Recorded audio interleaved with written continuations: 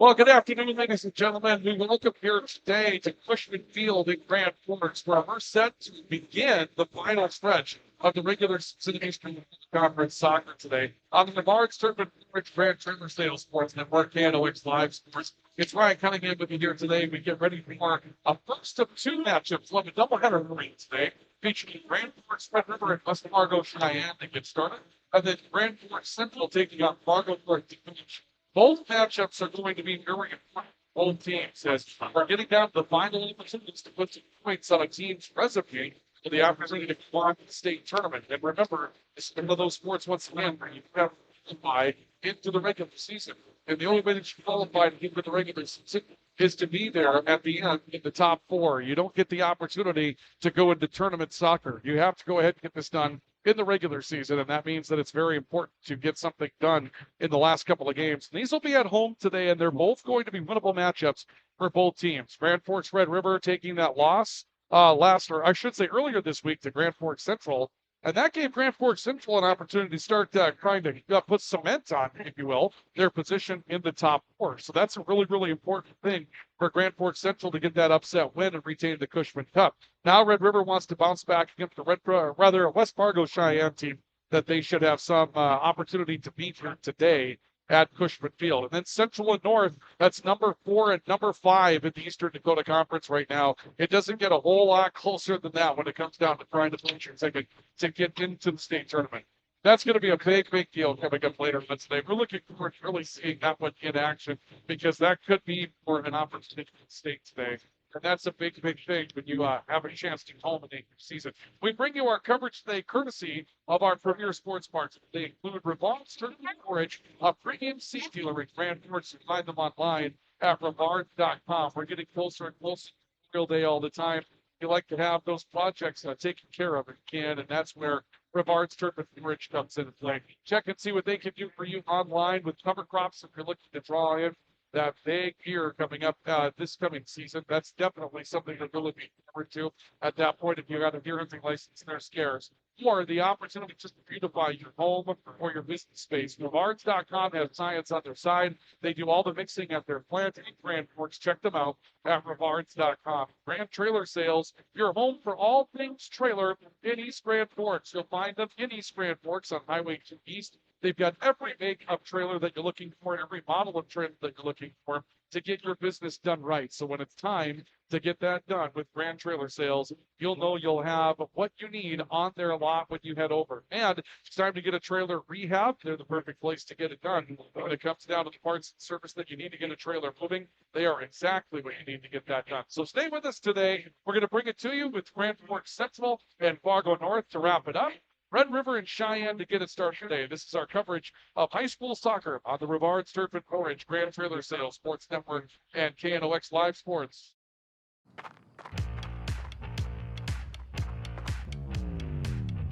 When you're in pain, you need more than just a doctor. You need a problem solver. Count on All True Orthopedics and Sports Medicine and get back to what moves you. Whether it's a golf course, your lawn, a pasture on your farm, cover crop, or even a food plot to help you get that big buck, Brevard's Turf and Forage of Grand Forks has developed, mixed, and packaged the premium specialized seed you need for almost every application. Plus, they also carry a full line of ice melter products for your home or business. To check out all their products, go to Revards.com. Grand Trailer Sales in East Grand Forks is your go-to spot for enclosed utility, flatbed, and dump trailers in the Red River Valley. They have the biggest selection on hand of trailers with great pricing. If you're looking for parts, service, or simply to buy, trade, or rent a trailer, stop into East Grand Forks. GrandTrailersSales.com. Did you know there's another way to manage your farm's risk and protect your equity with margin protection? Hi, this is Bethany Rentz, crop insurance agent with IRE Insurance. Margin protection provides coverage against an unexpected decrease in operating margin. In other words, we can put a policy in place to protect your farm from changing input costs and crop prices. Join us at IRE Insurance for our upcoming margin protection meetings, August 29th at 8:30 a.m. in Devils Lake and 4 p.m. in Hope, and August 30th at 8 a.m. in Hillsborough. For more information, visit our website at IREINS.com. IRE Insurance is an equal opportunity provider. What do you need or want right now? Area Community Credit Union can help you get whatever it is you want. Vehicle, furniture, a home loan, or maybe you need help with a wedding. Contact the professionals at Area Community Credit for solutions. Federally insured by NCUA. Spray Advantage of Grand Forks carries everything you need for the chemical and fertilizer application on your farm. They have pumps, tips, and tanks from 3 gallons all the way up to 10,000 gallons on hand. They can help with parts and accessories for the fertilizer and tillage equipment on your farm too. Go to sprayadvantage.com. Picture yourself at Lake Region State College. With faculty and staff here to help you succeed, we know you by name. Picture your success as you get hands-on ready for the workforce or transfer on to earn your bachelor's degree. Lake Region State College. We change lives.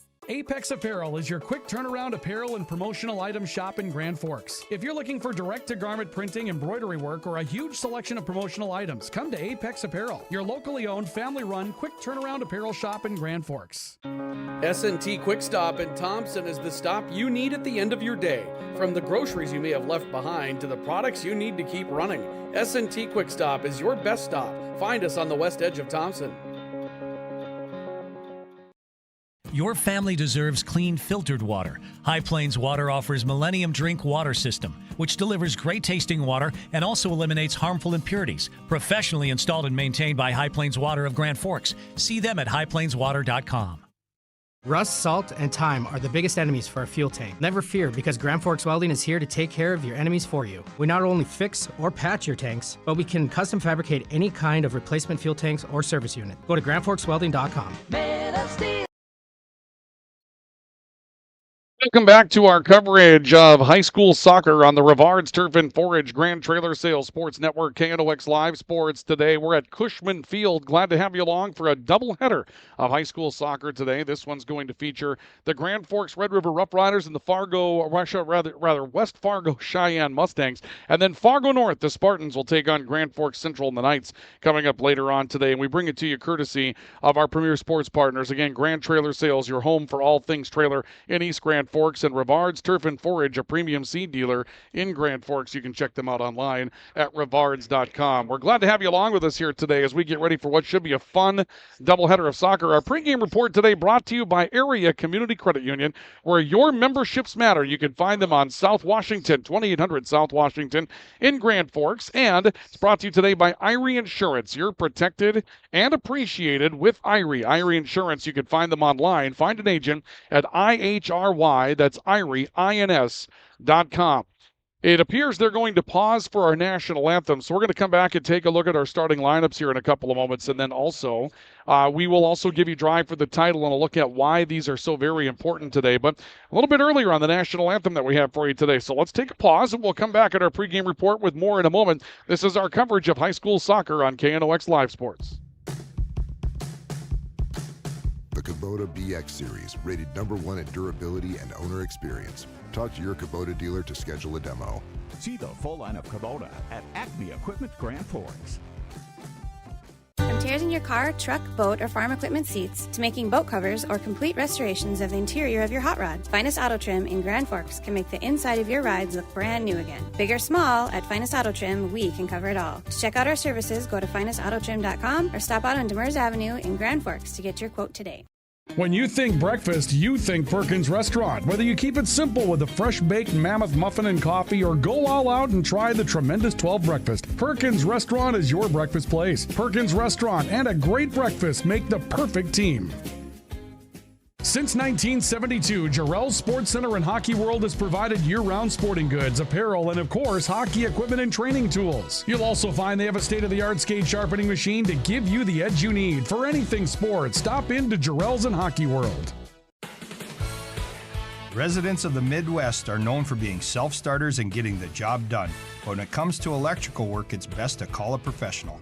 Hi, this is Steve from Bergstrom Electric. It's true that there's a certain glory to accomplishing a task on your own, but it's our experience that not only will save you time, but also the headaches that go along with home improvement projects. A simple phone call to Bergstrom Electric can make all the difference. At Bergstrom Electric, the light does shine brighter.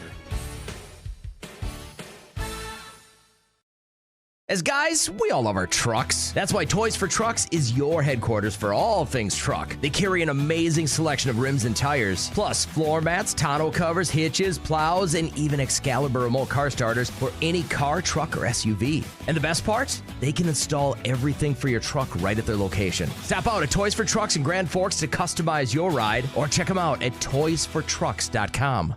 Today, the PS stands for proper service for your home, farm, or business, which is what you'll get from the team at PS Garage Doors in Grand Forks. Whether you need a door fixed or just thinking about replacing what you already have, no matter what the size, PS Doors offers the proper service for you. Get your proper service at psgaragedoors.com. If you've got an electrical emergency, call RBB Electric. We are your 24/7 electrician. Your call will always be answered by an RBB employee ready to help 24/7. RBB Electric is on time every time. Your time is valuable, and we don't waste it. RBB Electric always calls ahead to schedule service. We are online always. If you suffer from slow download speeds, call our certified network designers and installers. On call, on time, and online. RBB Electric won't leave you in the dark. RBB Electric, your 24/7 electricians. Hi, this is Jen from Absolute Refrigeration, your local commercial refrigeration experts. Our team provides excellent and dependable service to keep your business up and running all year long. Call us at 787-1200. Absolute Refrigeration. We're here when staying cool absolutely matters. ProAg in Grand Forks and Grafton carries the equipment and parts on hand to make your farming operation run smooth. They carry all major brands like Honeybee, Alloway, Amity, Artex, Hardy, Capello, Monosem, Pickett, Wilrich, and Black Ace. So whether you're trading in, buying, or just need parts, go to ProAgEquip.com to see everything ProAg has to offer. Franson Bank and Trust in Grand Forks is a community bank that caters to businesses, farms, and consumers. They provide customized financial solutions with personalized customer service. Let Franson Bank give you the banking relationship you deserve. Real people, real results.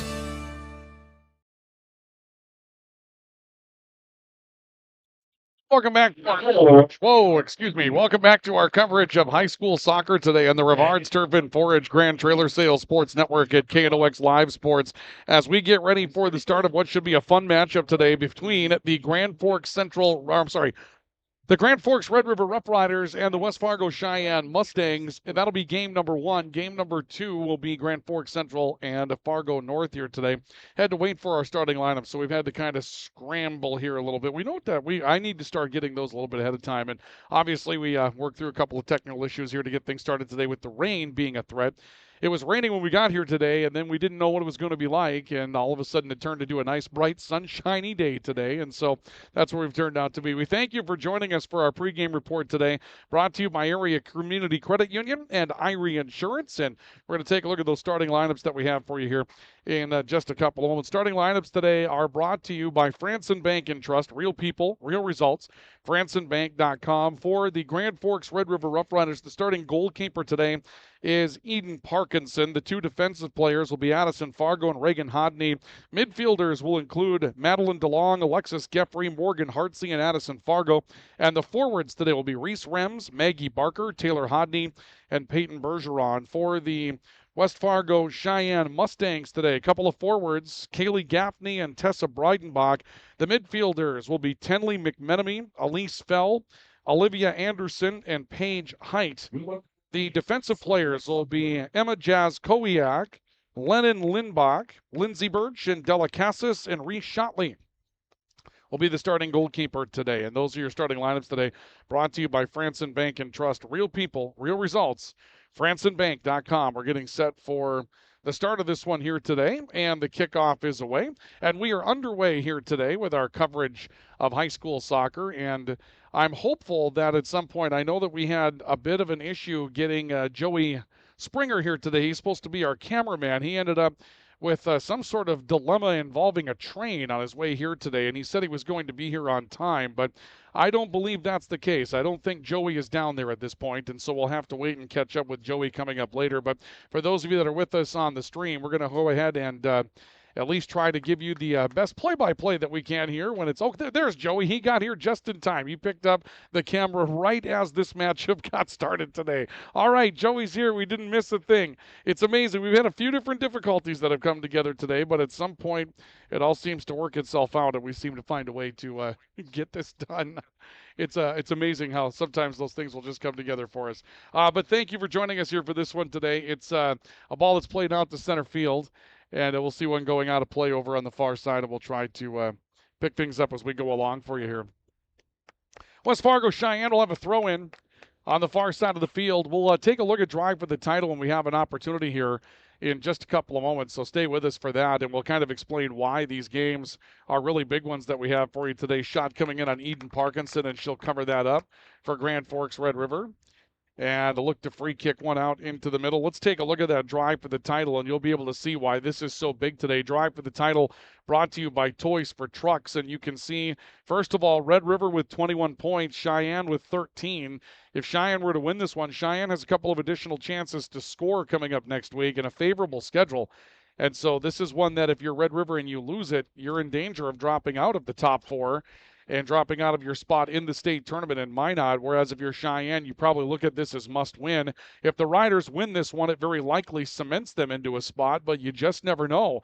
There's Central behind them at 20, Fargo North at 19, and Fargo North has a couple of chances left to score as well. For Central and North, though, you can see why this is so big today. The simple fact of the matter is that somebody that wins that one is going to have the upper edge with just 1 week of the regular season left to go. Top 4 make their way into the state tournament, and that's why these are really, really crucial matchups, really, for both teams today. So it'll be a fun one to watch play out. All 4 teams that are going to play today know what's on the line in this situation. I mean, they're certainly aware of what they have to deal with out there as far as making their way into a state tournament. So it's going to be definitely a day full of drama here, as we're going to see a corner for Grand Forks Red River. And they'll play it off the near side, and really had a bit of a miscommunication as to where that one was going to go. It seemed like most of the teams set up for a corner, and this was just kind of played back. And West Fargo Sheyenne was able to step in and take rather easy control of the matchup.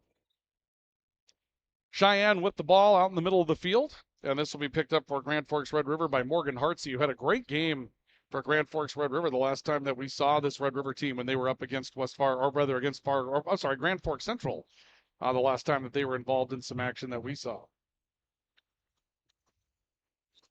See a ball over to the right side, and West Fargo Sheyenne, as they make their way back out towards the midfield, trying to push their way up into control and push their way up into some momentum. This ball will end up rolling over towards the far side of the field. Eden Parkinson will end up rolling it down for Grand Forks Red River. Parkinson will kick it out, and this one goes over beyond the boundary, up into the seats, and so this will come back to a throw-in for Sheyenne.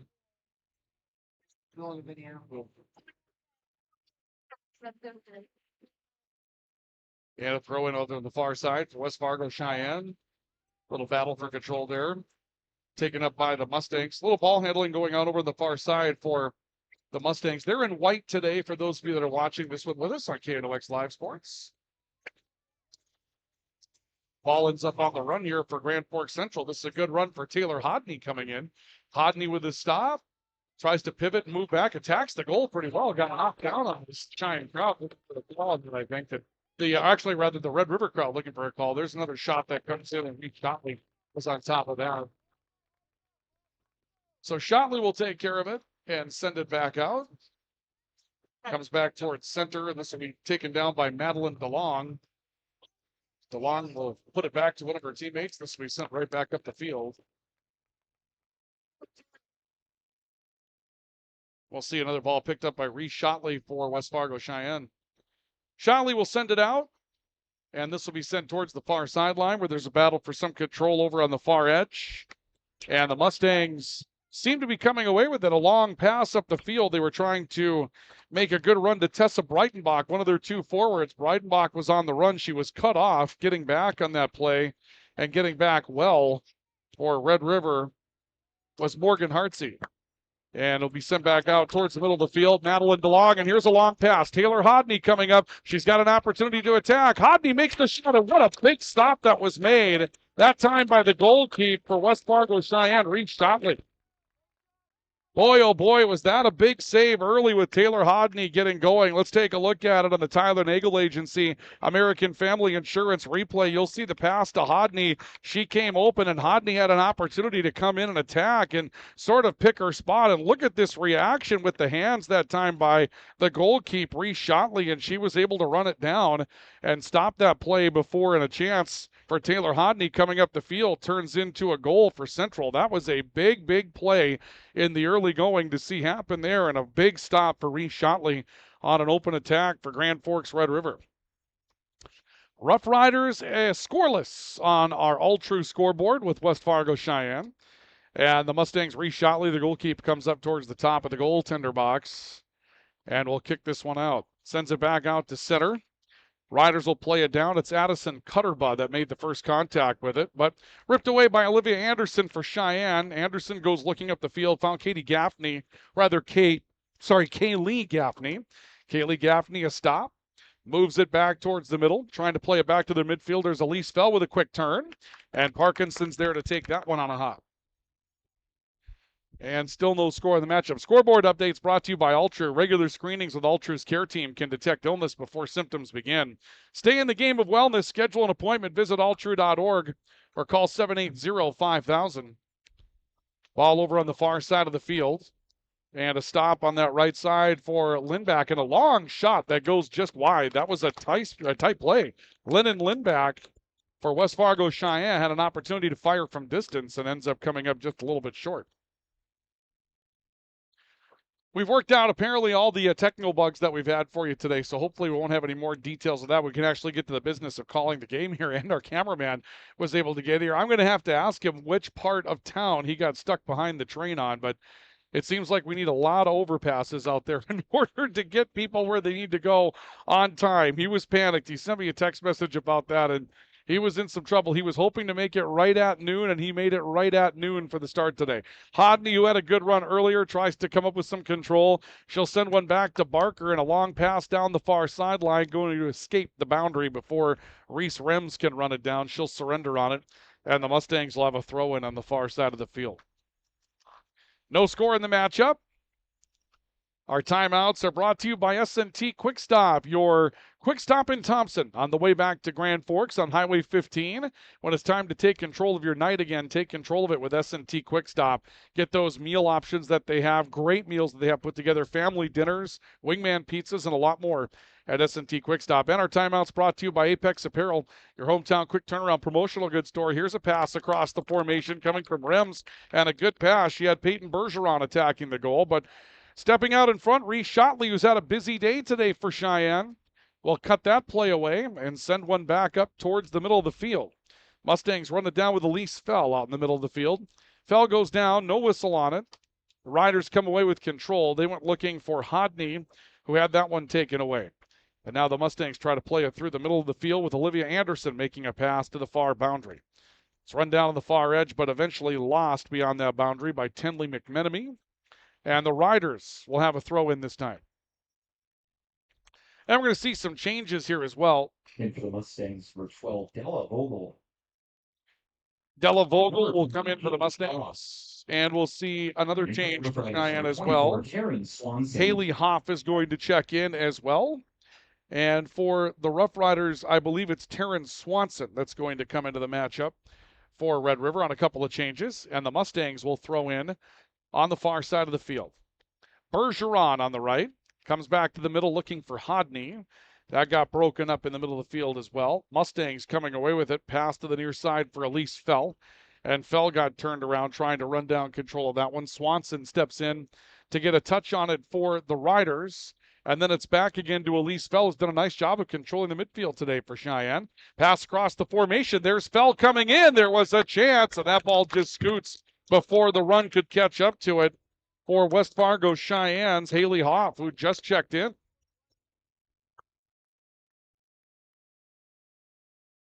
Haley Hoff was open on that play. That was close. Well-executed play by West Fargo Sheyenne.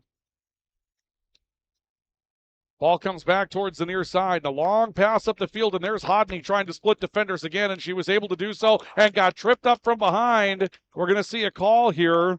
I'm not sure if this warrants a penalty kick or not. It might. And I believe we're going to see a penalty kick coming up here for Taylor Hodney and Grand Forks Red River.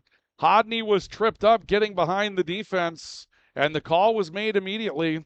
Looks like it'll be a free kick, not a penalty kick. So a free kick coming up. Maggie Barker is going to operate the free kick for Grand Forks Red River. So Barker will have a free kick for Grand Forks Red River from 25 yards out. Big play for Red River early in the matchup. Barker with that left foot attacks and hit the pipe on the far side. The rebound's in play, and it will be eventually saved by Reese Shotley. Great kick for Barker from short range, but she ends up hitting the post on the left side. Let's take a look at it again on the American Family Insurance Tyler Nagel Agency replay. There's the kick, clank right off the post. Then the rebound was there, but you see Shotley coming into the play at that point to end up taking it away from further damage. And Grand Forks Red River ends up coming up empty on a couple of occasions today. Hodney getting loose on the front end, big save, and then a free kick that ends up hitting a post for Maggie Barker, turning away a couple of early opportunities for Grand Forks Red River. Emma Jazz-Kowiak throws one in for West Fargo Sheyenne. A turn and exploit of the middle. This is Geffrey that knocks this down for Red River. She quarterbacked a lot of plays for the Riders earlier. Now Hodney will knee one up the field, and Bergeron's able to run it down. Hodney looking for it, may have been offside if she'd continued. Now a great pass to Bergeron, exploiting the left flank here. Bergeron trying to defend around some pressure, puts on a long-distance shot. There's a rebound, and it's struck towards the goal line. Waiting to see what happens here. Is it a goal for Red River? I believe it is. And it will be struck on the back end of this by Taryn Swanson for the Rougheriders. 24, Swanson. She didn't get all of it. She hit it with almost too much finesse. The American Family Insurance Tyler Nagel Agency replay. You'll see this with the flank open. Great pass coming to the near side. A shot there. And Swanson didn't put a lot on that. She almost took a goal away from herself by striking that too lightly. But they will rule that that got beyond the goal line. And so it'll be 1-0 in favor of Grand Forks Red River. That goal will be in the 13th minute of the opening half for Swanson. And the 13th minute of the game for Swanson. So Swanson on the 13th minute makes it a 1-0 game in favor of Grand Forks Red River, or I guess apologies, 1-0. Red River's had all kinds of opportunities early and been taken away on several good occasions. And that time it was Terrence Swanson that was able to make good with it. Long pass up the field that's going to roll too far for Grand Forks Red River. We're allowing our clock to catch up. They did have a clock stoppage after the goal, so we'll allow our clock to catch up. Again, the goal coming in the 13th minute of the opening half for Grand Forks Red River, but when Terrence Swanson sees that on film, just coming into the matchup as a sub, you're going to want to strike that with a lot more authority if you're Terrence Swanson. That one was nearly run down coming back by Reese Shotley back to her own goal line. Shotley will run one down here for West Fargo Sheyenne and look to turn things back up the field.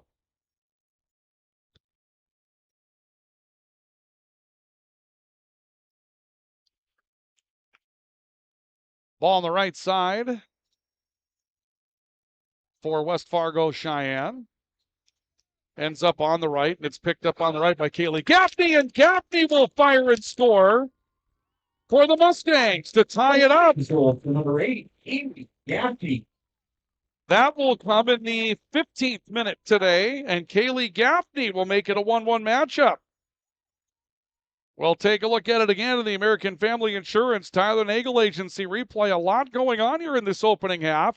This is Gaffney opening up on the right and just decides to strike from long range, and that one just over the reach of Parkinson to get into the net. Great strike that time for Gaffney, and we are tied at 1 apiece. And all of a sudden, this thing has gotten to be a scoring fest in the very early going. Ball in the back. Red River trying to attack. Bergeron, Hodney there. They both had luck today. Reese Rems coming up the field. Ends up defending one towards the boundary. That will roll out of play and end up staying back with Grand Forks Red River. I'm sorry, rather with West Fargo Sheyenne. Sheyenne will throw one in. Comes back near side. Riders have Addison Cutterbutt on top of it, looking for Rems on the right wing of the field. Works back to center. Elise Fell is there. Fell coming up the field, strikes the left foot. Ends up hitting her teammate from behind, Addison Cutterbutt. Tries to look up the field again for a long pass to Hodney. Red River's had a lot of success attacking the middle of the field so far today, with Hodney getting good looks running down the field. Ball ends up out of play, and we'll see Sheyenne throwing one in.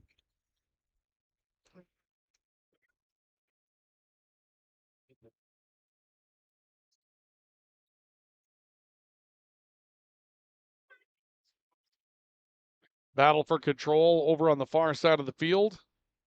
And this will come back to West Fargo Sheyenne again. Sheyenne will toss one in, and it's taken up momentarily on some control by Peyton Bergeron and then played out of play again. And the two teams struggling to try to find some momentum with this here as we approach the midway point of the opening half. Couple of goals in this one. It's been an exciting matchup. Red River's had 3 good chances to score. And West Fargo Cheyenne came back after the Riders converted on one of those chances to take a 1-0 lead and scored just a couple of minutes later to tie the matchup up. On the right side, this is Gaffney trying to play it back to the wing. I think for Breidenbach on the far side of the field. Geffrey trying to play it out for Red River, ends up mishitting it a bit, and Parkinson has to step up and make a play as Haley Hoff was running in to get deep against Grand Forks Red River in that sequence.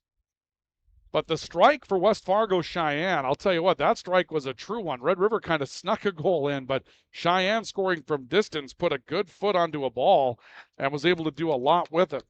Near side, Lillian Wirtz, or rather Ritz, is in the matchup for West Fargo Cheyenne defensively. We'll see Morgan Hartsey throwing one in for Red River.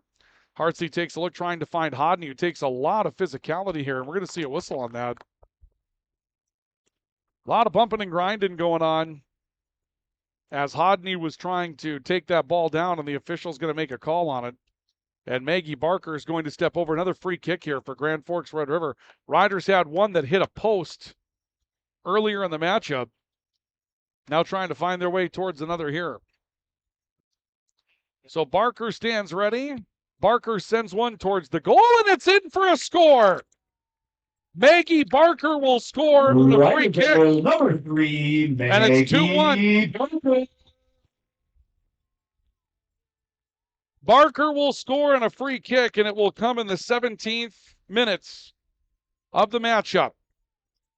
Boy, let's take a look at that again on the American Family Insurance Tyler Nagel Agency replay. This is just a great free kick for Maggie Barker. Watch this. Left foot, put a lot of distance on it, snuck that one into a very narrow window.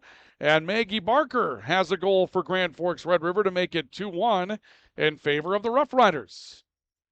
So Grand Forks Red River coming back with another score, and they will take a 2-1 lead.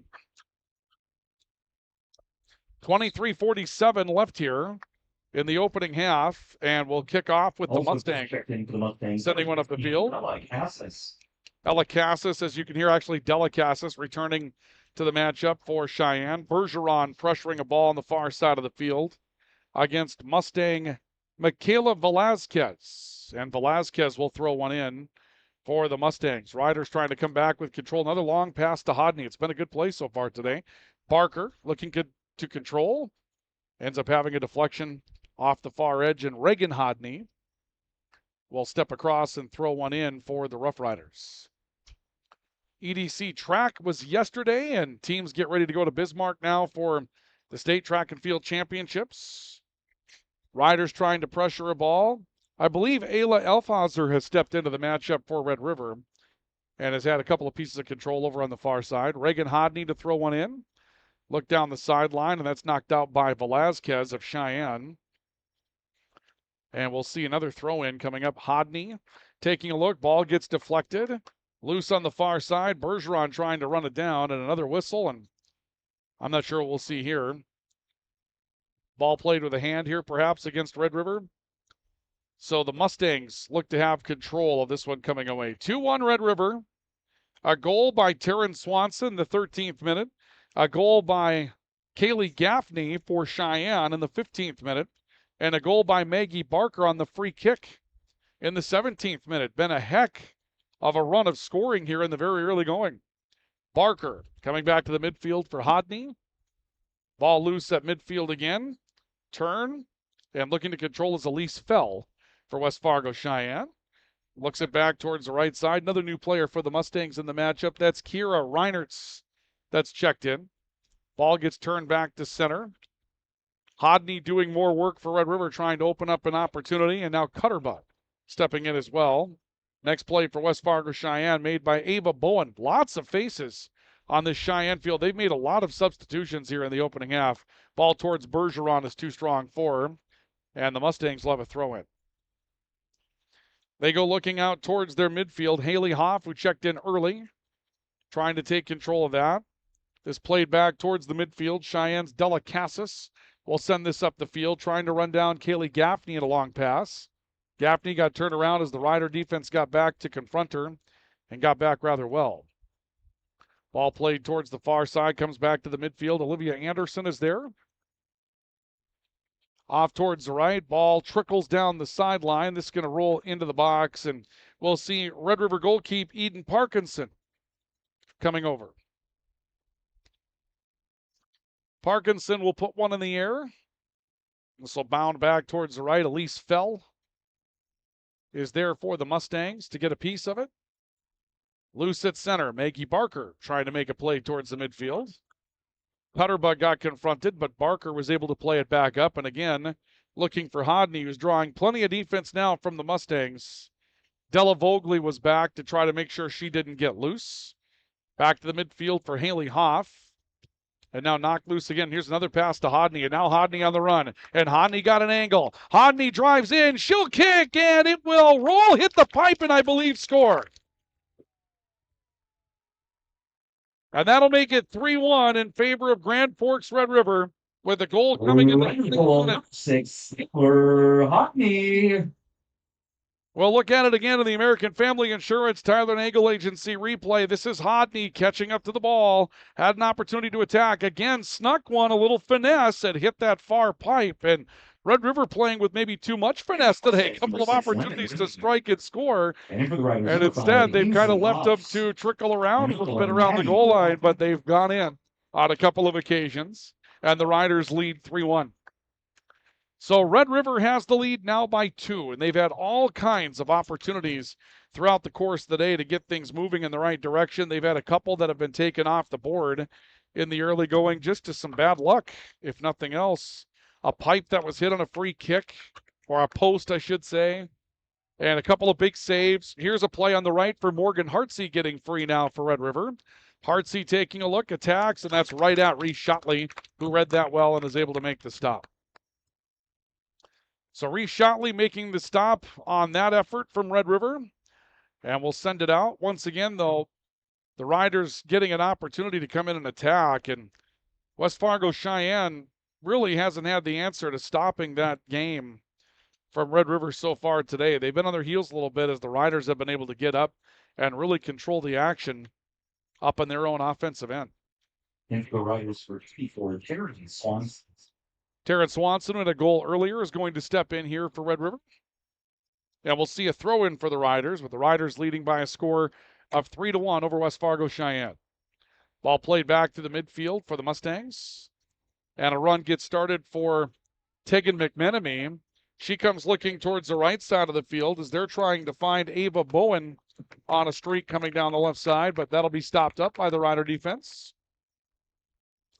Ava Bowen's had a couple of good runs today as well for West Fargo Cheyenne after subbing into the matchup. But the thing about Cheyenne that jumps off the page at you here is that they have so many faces that they've rotated in. You know, it's Red River will do their substituting as well, but it's kind of the usual suspects for the Riders that you see in a lot of spots throughout the course of a game. Elise Fells played a lot of the game here for Cheyenne. She gets loose in the midfield and strikes from long distance. Parkinson down to make that stop for Red River. So Parkinson will boot one away for the Riders. And the ball coming out to center field. A header to take it down for the Mustangs. That header coming from the far edge and from Velasquez. And this will go beyond the boundary again. And we'll see the Riders ready to throw one in. Back towards the right. Chance there for Hartsey. And Cheyenne's just going to defend this one back beyond the boundary before the Riders can get on the run. Well, we come back to that drive for the title. Red River in good shape here. They can grab this one. They've got Fargo Shanley. They've got to go on the road and play on Tuesday, which is going to be a tough out. But the Riders could get this one today, move to 24 points in the league, and that would give them a pretty good opportunity at snagging a state tournament spot, which is the goal here in the regular season.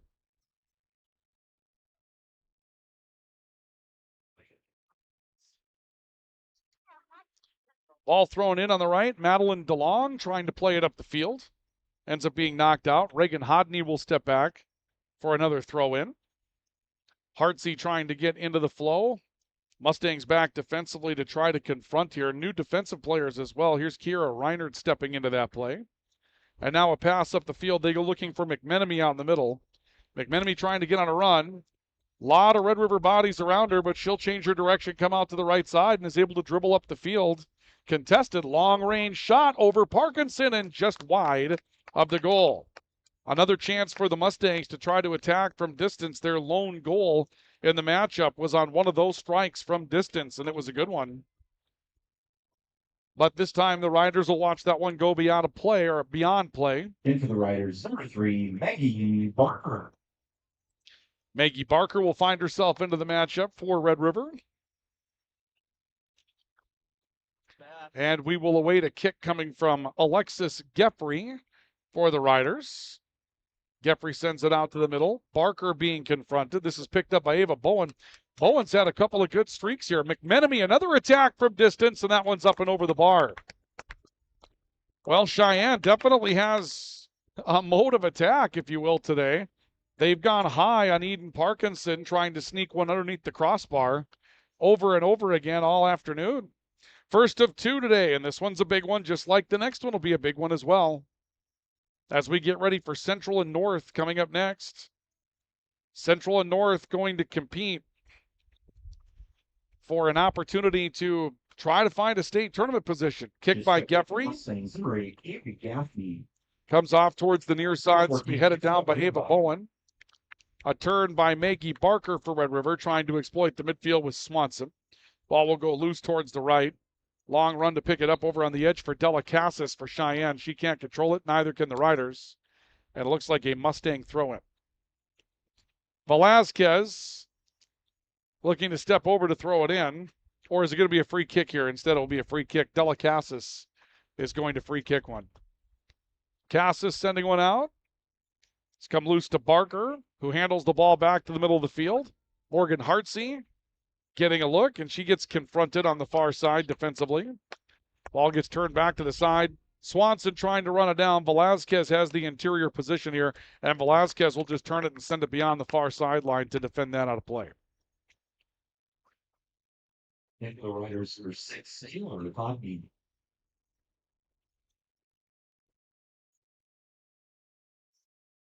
Hodney will throw this in for Grand Forks Red River. Had a great half so far, has Taylor Hodney. Been rewarded with a goal, but has had a couple of opportunities throughout the course here today. Ball on the far sideline. And Hodney just trying to pick her way through defense here from Cheyenne. Bowen looking to turn it out. Got out to Madeline DeLong in the midfield. And now a strike coming from distance that time from Red River's Ayla Efhazer, rather. That's going to be a hard name for me to say. Ayla Efhazer. There's a lot of vowels up front in that one. My apologies. And we'll see Shotley kick it away. Shotley sends it out towards the mid-stripe. Reagan Hodney looking to control it. And we're going to see a whistle on that. And a free kick coming up for the Mustangs. As this clock ticks down, this would put us in our 47th minute of action here today.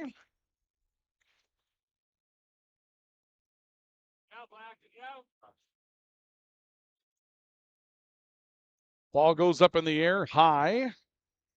And we see Hodney trying to run underneath it for Grand Forks Red River on the far boundary. She turns it back up. Hartsey taking a look with a crossing pass. And Maggie Barker trying to step into it for Red River. Just came up a little short. Now a pass to the near side for Bowen. Bowen's got a chance from a steep angle here, and this one will be defended beyond the goal line by the Riders. And we're going to see a corner kick coming up here for Grand Forks. Or rather, no, we will not. I was anticipating a corner, but it's going to be Red River's free kick out of their own end. Number 9, Lindsay Birch. Couple of changes here for the Mustangs. And we'll see Geffrey looking to get rid of it. Geffrey sends it out. Goes high in the air. A battle for control out of midfield. And we're going to see Reese Rems coming up with it. Taylor Hodney trying to get free on another run in the middle of the field. Defended back for Grand Forks Red River between those two players. Jazz Kowiak is back for Cheyenne to play defense on it. The ball ended up out of bounds. They'll say off the foot of Madeline DeLong of Red River. And the Mustangs will throw it back in. Off the near side, Rems getting free. Rems will send one up the field. Oh, she took something off this. Hodney is able to catch up to a long-range strike, and she scores. Rider What a goal, play number for 6, Hodney. Taylor Hodney. Assist for number 2, Reese Rems. Reese Rems will get an assist on it. It'll be in the 29th minute of the opening half. And Grand Forks Red River will go up by a score of 4-1. Let's take a look. The American Family Insurance Tyler Nagel Agency replay. A beautiful pass that sticks. And that allowed Hodney to run underneath it. And then Hodney striking up and over the reach of the goaltender. That is a beautiful play for Grand Forks Red River to take a 4-1 lead in the matchup over West Fargo Cheyenne. And we're into the 28th minute of the opening half, rather 29th minute of the opening half, and the Riders up by 3. It's been a great offensive day for Grand Forks Red River. I mean, really a truly offensive output today coming from Red River from the standpoint of you had the save earlier by Reese Shotley that kept one away from the Riders. Beyond that, you had the post that was hit on the free kick by Maggie Barker. They could have a half dozen goals in the opening half. Number 3, Kiera Reinhardt. And instead, Red River playing an extremely strong game here to be denied in those opportunities and still have a 3-goal cushion as this first half runs away.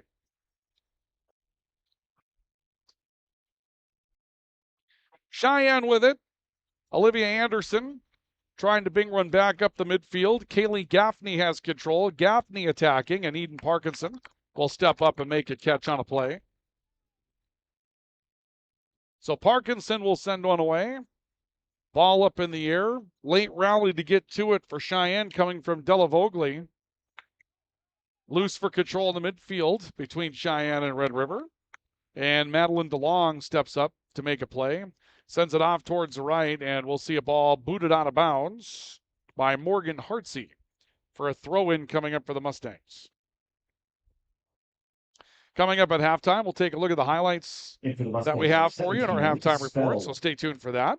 And we've got a good number of them so far here today. It's been an exciting day to see what's gone on out there and be able to put together a heck of a good run of big plays in this one. Here's a pass to the near side and a foot race coming up. Parkinson found a nice angle, stepping in front of some pressure from Cheyenne's Kiera Reinhardt to take away an opportunity for the Mustangs.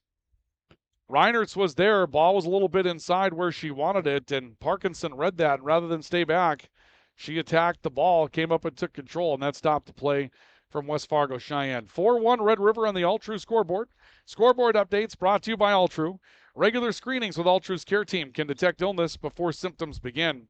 Stay in the game of wellness. Schedule an appointment. Visit alltrue.org or call 780-5000. Barker playing one free, hit an official with it. And I think that is going to lead to a free kick for Grand Forks Red River. Apparently you can't hit an official with the ball. He just drops it, and it's like a face-off all of a sudden. They put it into play, and Maggie Barker went right after it. Play down the middle. DeLong for Red River. Out jockeyed for position on that. Ball comes back towards the midfield now. Gaffney, who has the goal for Cheyenne, looks back towards the right side, trying to find a run on the edge. Ball ends up beyond the sideline. I believe it was McMenemy that was trying to run that down. Barker comes free for Red River. Barker will play it up the far side of the field, and a pass to Hodney. And Hodney sending it right back to where it came from. That's Morgan Hartsey in the left corner for Red River. Hartsey going to kick this across the formation. Comes down, out in front with Cutterba. Cutterba steps away, going to play this back to the midfield. DeLong has her options, made a pass right side. This one comes in on the right, and we're going to see Peyton Bergeron with a whistle. Not sure what happened there. There was a whistle that came in before Bergeron could lead to her attack, and she might have been offside. That's why the pass looks so good. They're going to rule that Bergeron was offside on the attack. And so the Rougheriders will have another opportunity to score wiped off the board. Man, they've been all over it today. That one a good call, however. It's one of those we haven't seen an offside call so far in our coverage, so it looks a little different. This one rolls into the goalkeeper's box, and running out is Reese Shotley for West Fargo Cheyenne to make the stop. Shotley comes back towards the near edge with it on her free kick away. And Kiera Reinhardt's trying to run it down for the Mustangs. Played back to midfield. McMenemy looking for an opportunity to run away from DeLong. Turns it off to the right. Fell has had a good game today for the Mustangs. Plays one up into the Red River end. Geffrey will bring it back. It comes back to Fell. Her chance to strike from long range was blocked. Body shot stepping in front of that. That was Ainsley Hoffs that took that one off the front to keep that one from getting through. And this will come back to midfield. Jazz Kowiak back to it, right at the center of the field. Comes off towards the near side. A touch from Kira Reinertz. Reinertz getting it back. Tried to attack midfield. She had a pass to Gaffney. It was just a bit offline. McMenemy a header for Sheyenne. Barker trying to knee it out. Good pressure here from Sheyenne. Another kick right out of the air. That one just picked out of the air, and they go looking to the near side, and Red River has to send a defender over to take that one beyond the boundary. That was Addison Fargo that came over to take that away and sends it beyond the near edge. And they're going to say this was touched last by the Mustangs. For Olivia Anderson. Olivia Anderson will come back in. For Taryn Swanson. Reese Rims and Taryn Swanson return for Grand Forks Red River. Geffrey with a free kick out of her own end. This will come down to McMenemy for Sheyenne. She tried to attack the middle of the field. Peyton Bergeron got around a defender. Bergeron coming up the near side, and this will be taken out of bounds on a good run back by Olivia Anderson, with Bergeron making a great pivot to get around a defender on the near edge of the field. And Bergeron was nearly off to the races with some good dribbling. Riders have dribbled the ball well when they've been able to get out into the open space with it today. Hoffs will throw one in. Goes looking to the corner for Bergeron. Mustangs defended back out of play. Another throw in for Hoffs. Hoffs will throw it back in. Goes exploiting some space near the end of the field. Hodney steps back to him, but this time plants it beyond the boundary, and that's going to send it back. Or are they going to award a corner? No, they will not. This will be a Mustang throw in.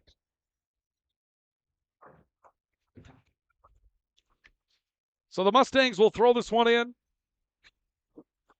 And we'll see a step back here for West Fargo Cheyenne's Emma Jazz Kowiak. And this one ends up going back beyond the boundary again. This time it'll be Red River. Hoffs set to take care of the next play for Red River. Hoffs ready. Comes back towards the near side. Hodney trying to make a big play. Couple of nice stops on her ball handling. Sends it off to the right. That was a good pass, but it was picked out of the air at last moment. Now Hodney picking one back. Tried to push one into open territory, and Reese Shotley comes out to make a pickup on that as we play into the 36th minute of the opening half. Red River by 3 at 4-1. Crucial matchup in the EDC regular season, and the Riders have come up with some big plays early to put on some distance against West Fargo Cheyenne.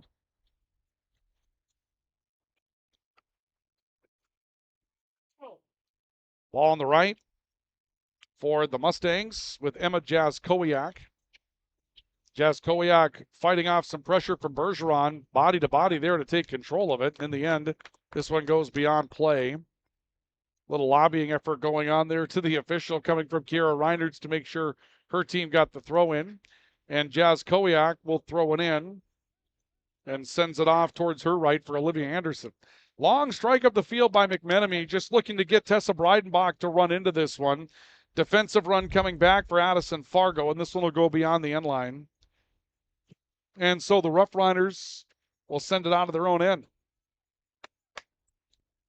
Eden Parkinson brings the ball back into the field of play with the clock rolling down to 3.5 minutes left to go here in the opening half.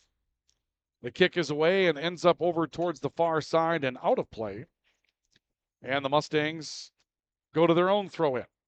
This is out in the middle of the field. Elise Fell trying to pick her way through some spots. Back to McMenemy in the midfield. McMenemy comes back to a little defense behind her with Olivia Anderson. We've got a whistle. And the Mustangs are going to have a free kick here. So the Mustangs, Olivia Anderson will put on a free kick. Chance here for West Fargo Cheyenne. My truck. Anderson surveys her options here with time winding down in the first half. Puts some air into this one right at Eden Parkinson. Parkinson was there to make the play on the free kick from West Fargo Cheyenne. And the Riders will kick it away, still leading by 3. Ball comes out in the midfield. Couple of high hops on it before we see Anderson coming back for the Mustangs. Taylor Hodney there again for Red River. She was confronted defensively, and now Maggie Barker, another good pivot, this time against Anderson. Sent one into some open space, but no one there for the Riders to run it down. And you saw earlier in the second goal for Hodney, the finesse that comes into exploiting the field from that long a range. The idea that you're trying to take something off that ball so that your player has the opportunity to run into it without having to be offside, because obviously if you're ahead of that last defender, you're going to be offside. The offside rule in soccer not the same as it is in hockey, as Geffrey coming back to one, Parkinson down to a knee to take it in. The way I understand the offside rule in soccer, and those of you that are soccer fans, you'll probably laugh and giggle, and that's okay, because a newbie to the sport, but the way that I understand it, as a long-range strike coming in here from McMenemy is up and over the bar, your furthest ahead offensive player cannot be ahead of the defensive player, the last back defensive player, when a ball is passed to you. So if a pass comes to you, you can't be already ahead of that defensive player. So the idea is you find a player that's got some speed that can run to an angle or run ahead, but they have to be behind a defender on the good side, not on the other team's side, in order for you to exploit that pass to them. Hodney stepping back in the middle, turns this back. 1 minute. Hoff's taking a look. 1 minute and a half. With the clock down to a minute to go. Now it's Barker, rather. Barker sending this to the corner. Terrence Swanson with a goal already. Can't quite run it down. This will end up beyond the goal line. As we tick into the final minute of what's been a very, very exciting first half of soccer. The Riders with 4 goals and having their chances at a few more, and I'm not sure what just happened there. It's supposed to be a free kick. Oh, here we go. We got a new ball in. Okay. I saw one go one way. Shotley will send one off towards the far boundary. 30 seconds to go. Ball comes up in the midfield. It'll come back to McMenemy for Cheyenne. A turn there. Good play by Fell. Elise Fell's been good in the midfield today for the Mustangs. She's controlled a lot of good space here. Barker trying to get back to a ball. Barker ends up getting tumbled on some contact with Fell. And the Riders going to run out the half 8, 7, with a free kick. 6, 5, 4, 3, 2, 1. And that'll be the horn. And that's the end of the opening half as we make our way to halftime. And we go to our intermission with the Riders leading by a score of 4-1 over West Fargo Cheyenne here in the opening half of play. Big opening half of offense for Grand Forks Red River. Got a lot of things done in that first half today, and that was fun to watch as Grand Forks Red River takes the opening lead and will stretch that lead out to a 4-1 margin as we get ready for our intermission report. Our intermission report today is brought to you in part by our friends that we have today in a couple of different locations. Our intermission report today brought to you by High Plains Water, your source for awesome water in Grand Forks. HighPlainsWater.com. Find out how the quality of living goes up for you with a system from High Plains Water. Again, that's High Plains Water, your source for awesome water in Grand Forks. And our coverage is brought to you today by Grand Forks Welding and Machine, the men of steel. Grand Forks Welding and Machine is ready to take on those projects that you need to get done while you might have a little bit of downtime with these soggy fields that are out there. Grand Forks Welding and Machine, they are the men of steel, bringing you our halftime report today as well. Intermission, it's Red River 4, West Fargo Cheyenne 1. This is our coverage of high school soccer on the Rimards Turf and Forage, Grand Trailer Sales Sports Network, and KNOX Live Sports. When you need the right part for your pickup, head to Northwood or call Mike's Custom Truck. Amanda will drop ship any part you need. Turbos, upgraded fuel pumps, Edge products, and more. Mike's Custom Truck, 587-6335. Tufty Marine in Northwood is your Lund Boat headquarters. Looking to buy, sell, or trade? Tufty Marine will get you into the Lund boat you've always wanted. And they have the parts and accessories you need as well. To check out their inventory, go to tuftymarine.com. Tufty Marine, your Lund dealer in Northwood, always willing to make a deal. Presenting Hugo's Theater.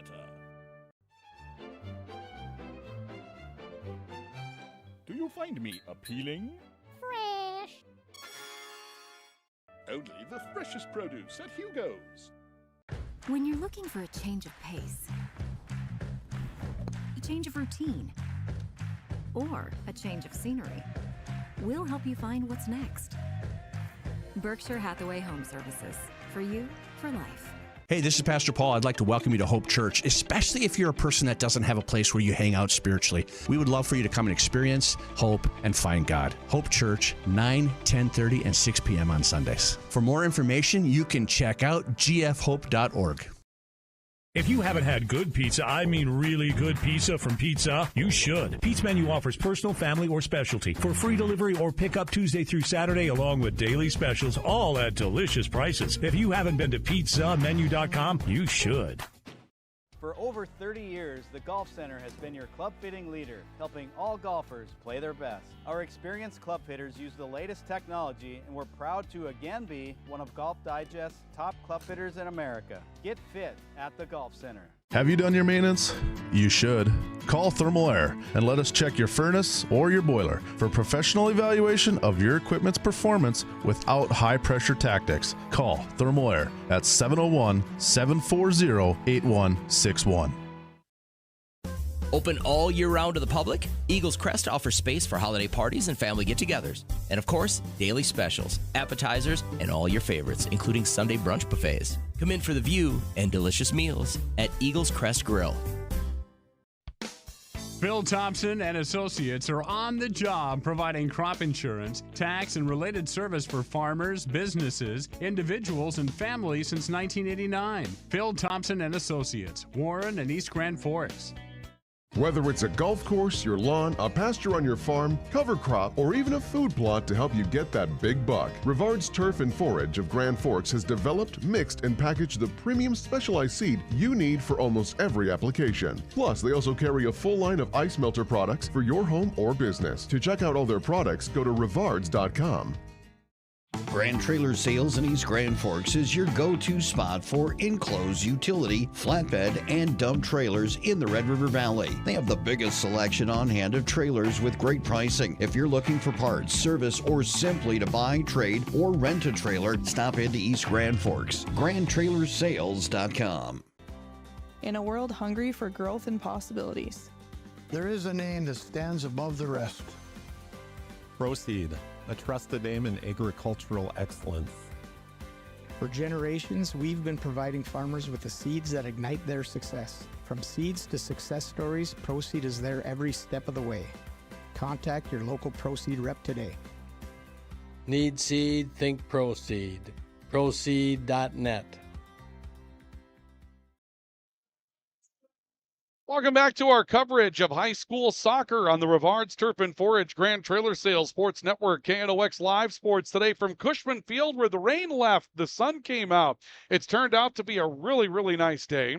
And it's been a great day for Grand Forks Red River as well, as the Riders take a 4-1 lead over West Fargo Cheyenne today in a crucial matchup inside the Eastern Dakota Conference. Our halftime report today presented by High Plains Water, your source for awesome water in Grand Forks. Find out how a system from High Plains Water can improve the quality of living in your home. No more scaly buildup around those fixtures, better tasting tap water, better showers with softer skin, a whole bunch of improvements come into play, and your appliances last longer at High Plains Water. Find them at highplainswater.com. and Grand Forks Welding and Machine. They are the men of steel at Grand Forks Welding and Machine. They're ready to take on all the projects to keep your farm operation moving smoothly at Grand Forks Welding and Machine. So make sure when it's time to get a project done, you get it done with the folks at Grand Forks Welding and Machine on Gateway Drive in Grand Forks. What a day we've had. Lots of highlights to take a look at in this one, because there was a lot of scoring opportunities and a lot of scoring with Red River leading by a score of 4-1. So let's take a look at our halftime highlights that we have for you today, and they're brought to you by Proceed. Need seed? Think Proceed. Proceed.net. First opportunity today for Taylor Hodney. Look at her get in the open field. What a save coming up here from Reese Shotley on that ball, and she rolls down the rebound. Then later, another scoring opportunity coming up for Grand Forks Red River. This one goes in, however. Taryn Swanson was there. That put Red River up by a score of 1-0. That was a big, big play for Taryn Swanson. But Grand Forks, or I should say West Fargo Cheyenne, would come right back. This is Gaffney coming up with a play.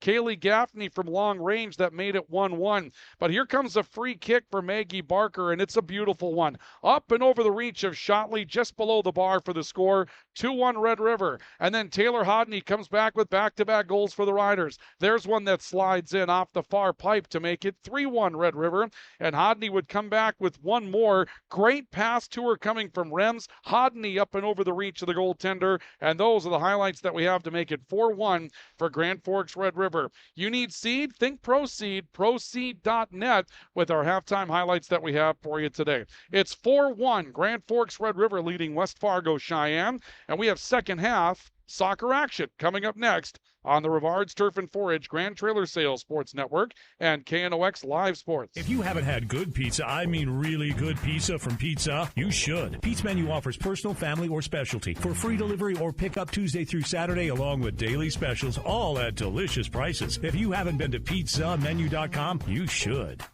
The Golf Center is your go-to place for the latest.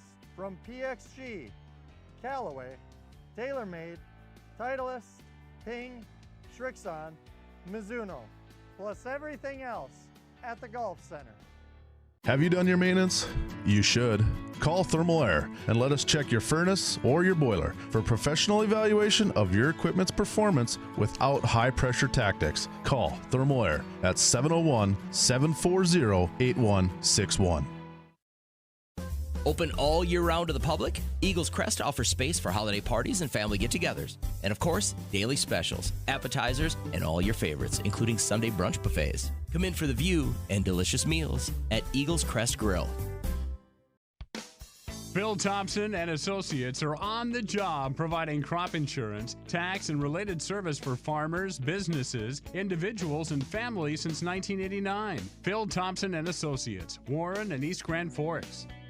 Whether it's a golf course, your lawn, a pasture on your farm, cover crop, or even a food plot to help you get that big buck, Rivard's Turf and Forage of Grand Forks has developed, mixed, and packaged the premium specialized seed you need for almost every application. Plus, they also carry a full line of ice melter products for your home or business. To check out all their products, go to rivards.com.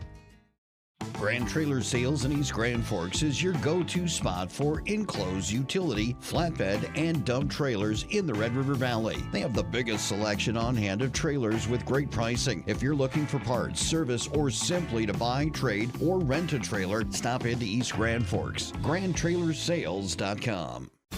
What do you need or want right now? Area Community Credit Union can help you get whatever it is you want. Vehicle, furniture, a home loan, or maybe you need help with a wedding. Contact the professionals at Area Community Credit for solutions. Federally insured by NCUA.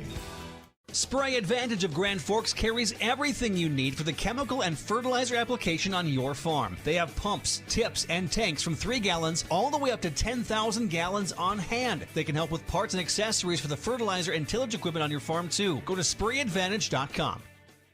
Picture yourself at Lake Region State College. With faculty and staff here to help you succeed, we know you by name. Picture your success as you get hands-on ready for the workforce or transfer on to earn your bachelor's degree. Lake Region State College. We change lives.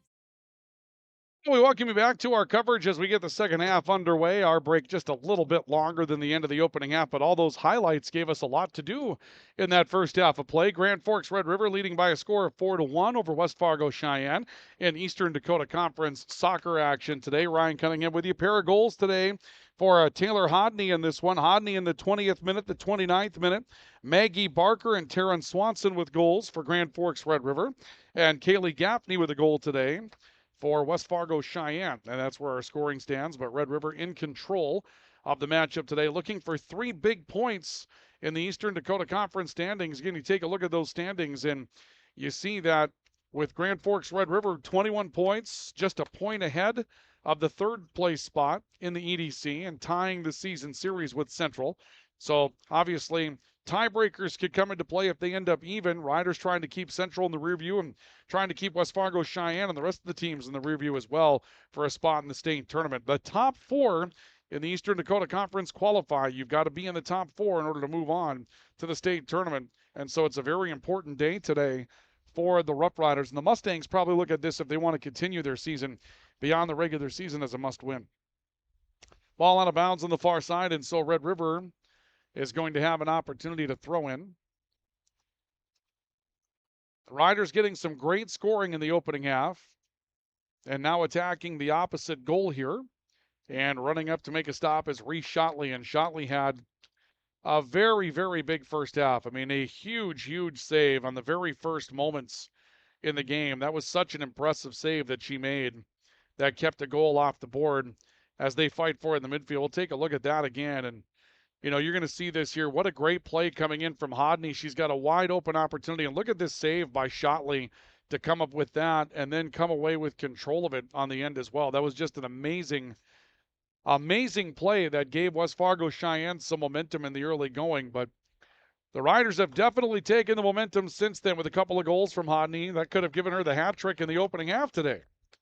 And in the long run, still with 2 goals, and Taylor Hodney's had a very impressive day today for Grand Forks Red River. Madeline DeLong back to handle one defensively for the Riders. And DeLong puts one back in the field of play. That's going to get by Lindsey Birch in the midfield for the Mustangs. Mustangs trying to build some momentum. McMenemy, who had a pretty good first half, really impressed with Elise Fell as she steps in and makes contact here. Back to McMenemy and now Tessa Breidenbach, who tries to attack one towards the middle of the field, and the Riders will defend that out of play. And we'll see another throw-in coming up for West Fargo Cheyenne. Mustangs toss across on the far side. Gaffney, who had the lone goal for the Mustangs in the opening half, tries to turn one back into play. Ball runs out on the right and runs out of room for Madeline DeLong, who's trying to make a run up the far sideline.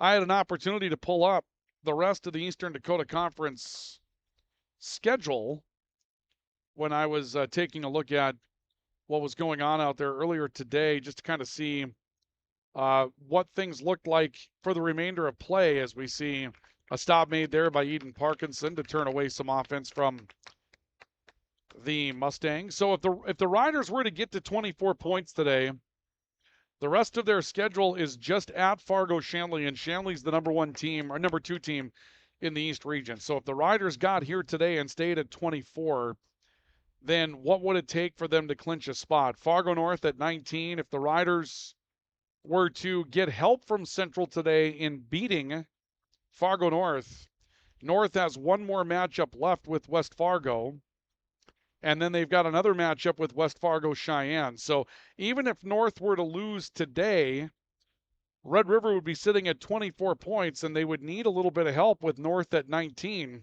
Because if North comes out and beats both Cheyenne and West Fargo, and both of those teams are trailing North in the standings right now, North would be able to overtake Red River and get the 3 seed. Now, if Central were to win today, Central has one more matchup with Fargo Davies. So if the Riders hold on and win today, what would put them in the state tournament would be a Central loss of any kind. That would put Red River in the state tournament if they were to hold on and win today, as we take a look at it. Riders attacking up the field. The Mustangs defend the ball out beyond the boundary. We'll come back to that as we go along, just trying to keep an idea of what that looks like out there. Ball coming in towards the near side of the field, and we'll see Peyton Bergeron trying to take it. Bergeron in the corner, being defended well. Keeps the ball in play, leaves it back for Reagan Hodney, and that'll be booted out of bounds on the near side by Olivia Anderson. Ball thrown back in for Red River right away, and an attempt by Maggie Barker that's going to go wide and over to the far side. Never does get out of the field to play. Wynn might have kept that in. Rems a stop, kicking across the formation. There's a header there, an attempt at it for Hodney. Ball comes out. Another attempt by Hodney, turning and pivoting, fires at the goal and scores. How about that? Ball kept alive out on the near edge, and Taylor, Reagan Hodney will come up with the goal. And Red River is up by a score of 5-1. The goal will come for Grand Forks Red River in the 7th minute of the half, the 47th minute of the game. And let's take a look at it again in the American Family Insurance Tyler Nagel Agency replay. Watch this play for Reagan Hodney, pulling back to her left foot, squeezing that one off, and again over the reach of a goaltender. And every team has had the opportunity to have some success going top shelf today. And so the Riders widen their lead out to 4 by a score of 5-1 as the Mustangs will go to a throw-in. So again, just kind of balancing this down for those of you in the standings. Red River wins today. They get to 24 points. Central's behind them at 19. And only Central and North can catch them. Sheyenne would not be able to catch them today for the number 3 spot in the league. So if Red River wins and gets 4 points ahead of Central after this matchup, a loss by Central of any kind would give them only 3 points left they can get. And so Central losing either to North today or to Davies, I believe it is, on Tuesday, would put Red River in the state tournament. A loss by Central down the stretch would do so. Now, Central ends up winning out. They pick up 6 points. They'd move ahead of Red River, and Fargo North could do so as well. So it's not over as of yet, even with the win today for Grand Forks Red River, but that's why these points are so very important in the Eastern Dakota Conference standings. We'll see Vogel come back into the matchup for West Fargo Sheyenne as Reese Shotley is set to make a play for the Mustangs. Shotley sent it back out into the midfield. Ball off towards the near side will be booted out of bounds. Believe it was Bergeron that sent it that way. So believe it or not, I mean, just taking a look at the standings, it's really interesting. You can get this win today for Grand Forks Red River and still not be guaranteed anything. If Central wins out and Fargo North has still 2 chances to score next week, it's just amazing how that twist and turn can continue to go out there when this thing gets done. With North having those 2 games next week that are against beatable opponents, that's what really changes the complexion here. Here's an attempt by Hodney, and Hodney will score another goal. She's got the hat trick for the day. Rider goal for number 6, Taylor. That'll be Taylor Hodney. And Taylor Hodney has got 3 goals today for Grand Forks Red River. This will be in the 49th minute of the opening half, and it's now 6-1 in favor of the Rougheriders. Take a look at it again, the American Family Insurance Tyler Nagel Agency replay, and this is Hodney splitting defenders as she's done all afternoon. This has been just her play. Shortens up on that one. Well-struck ball on the end of it to finish. And Hodney has a hat trick today for Grand Forks Red River. So a 6-1 lead for Grand Forks Red River. Riders really starting to hammer West Fargo Sheyenne here. Ball on the near side with Bergeron for the Rougheriders. Bergeron unable to control and ball handle around. Pass to McMenemy for West Fargo Sheyenne. Geffrey cuts that off and sends it out of bounds for Red River. Still a long way to go in this one as well, but the Riders have really played well today. They've been able to find some offense in the middle of the field, and Taylor Hodney has had a heck of a day outrunning defense from West Fargo Sheyenne. So you begin to see how a team can be built. And Sheyenne, when they start their lineup out there, only 2 forwards. Red River comes out with 3, maybe 4. And Jason Height loves to play a little bit more of an aggressive game. We've seen this the last couple of years from Red River, where typically in the starting lineups, a lot of teams in the league will play conservative, and you only see a couple of forwards come out there. The Riders more than happy to come out and hit you in the mouth with some pressure up front. Leaves them a little exposed on the back end. They only start 2 players today that are listed as true defenders. Here's a shot going just wide of the near side post, but Eden Parkinson will come out and make a play on it anyway for the Rougheriders. And Parkinson will kick it away. Goes up in the air to midfield, and we'll see this brought down for some control by the Mustangs, Della Vogel. Vogel, one of those subs that played a lot in the opening half. Elise Fell coming back towards the near side of the field. She went looking for some help from Olivia Anderson. Anderson has it back now from McMenemy. Geffrey got in Anderson's way, and a pass back across the formation. Just no one there. Rems trying to get on a run with a lot of open field on her right. Rems coming to a stop, however, and she gets fronted by Emma Jaskowiak for the Mustangs take it away. Back to the middle of the field again, Barker. Long pass, goes looking for Bergeron, almost had her. Bergeron fights off some contact, nearly got free. Just a hip check thrown into Bergeron that time from Lindsey Birch. Bergeron was able to fight off the contact, but in the end, you see Reese Shotley come up with a play. That play sort of accentuates one of the unsung advantages that this Red River team has with Bergeron, Hodney, there's a lot of size on this Red River team. Maggie Barker. And so in those instances where you see that incidental contact, they don't come off of their spots very easily. They have the opportunity to stay with an offensive play, no matter the physicality, unless it's really significant. And if it's significant enough, it's probably going to warrant a penalty the way that they play the game. Ball loose in the middle of the field. Vogel looking to play it off towards the right for the Mustangs. And we see Kaylee Gaffney trying to get towards the ball on the right side for the Mustangs. That ends up beyond the far boundary. I believe it's going to be a Sheyenne throw-in. Nope, this will be a Red River throw-in. And the throw-in will come in off the far side of the field from Red River's. They got a new number. That's Annika Peterson that's in there as well. Annika Peterson was in addition to the roster here today. So Annika Peterson, number 17, making that throw-in. Mustangs get it back. And Sheyenne will throw it into Della Vogel. Vogel out to the middle of the field. Riders able to cut off. Ayla Efhauser trying to play it back. Now here's a pass that's just going to be too strong for Gaffney. Gaffney got loose beyond the defense on the far side of the field, but the pass to her just offline. And the Rougheriders will have a free kick out of their own end. They'll bring Geffrey back in to put a boot into things. Geffrey has done a lot of quarterbacking these types of plays the last couple of games for Red River. Good strong leg to try to get it, at least some pressure out towards the middle of the field. This one can't be controlled after it came down with Haley Hoff. And Hoff ends up playing one beyond the far boundary.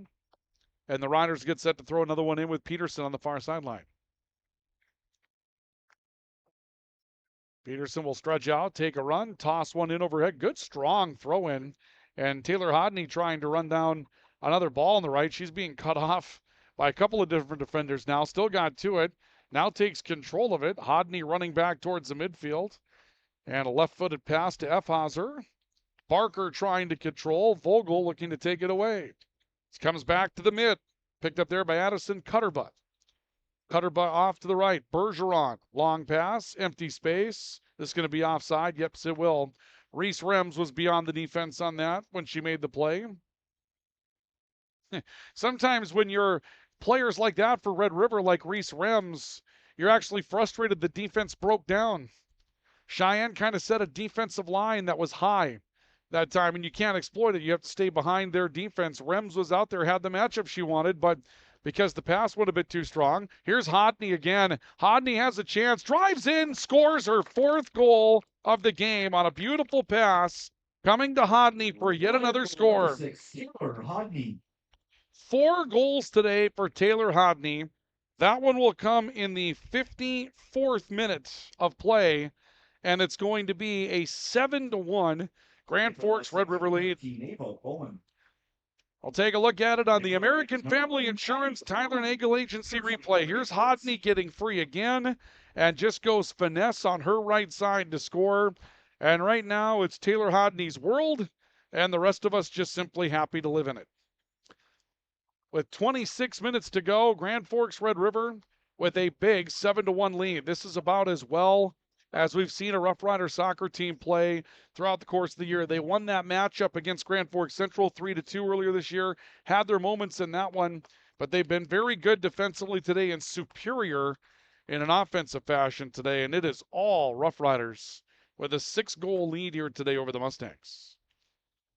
Second half of our doubleheader will come up after this one today, and we'll see Red River with a chance to qualify for the state tournament today, assuming they hold on to win this. They would need help from Fargo North against crosstown rival Grand Forks Central. Here's a corner kick coming from Geffrey. A touch on at that time by Olivia Anderson to disrupt its progress, but that will go beyond the goal line, and we'll see a corner now on the far side of the field for Red River.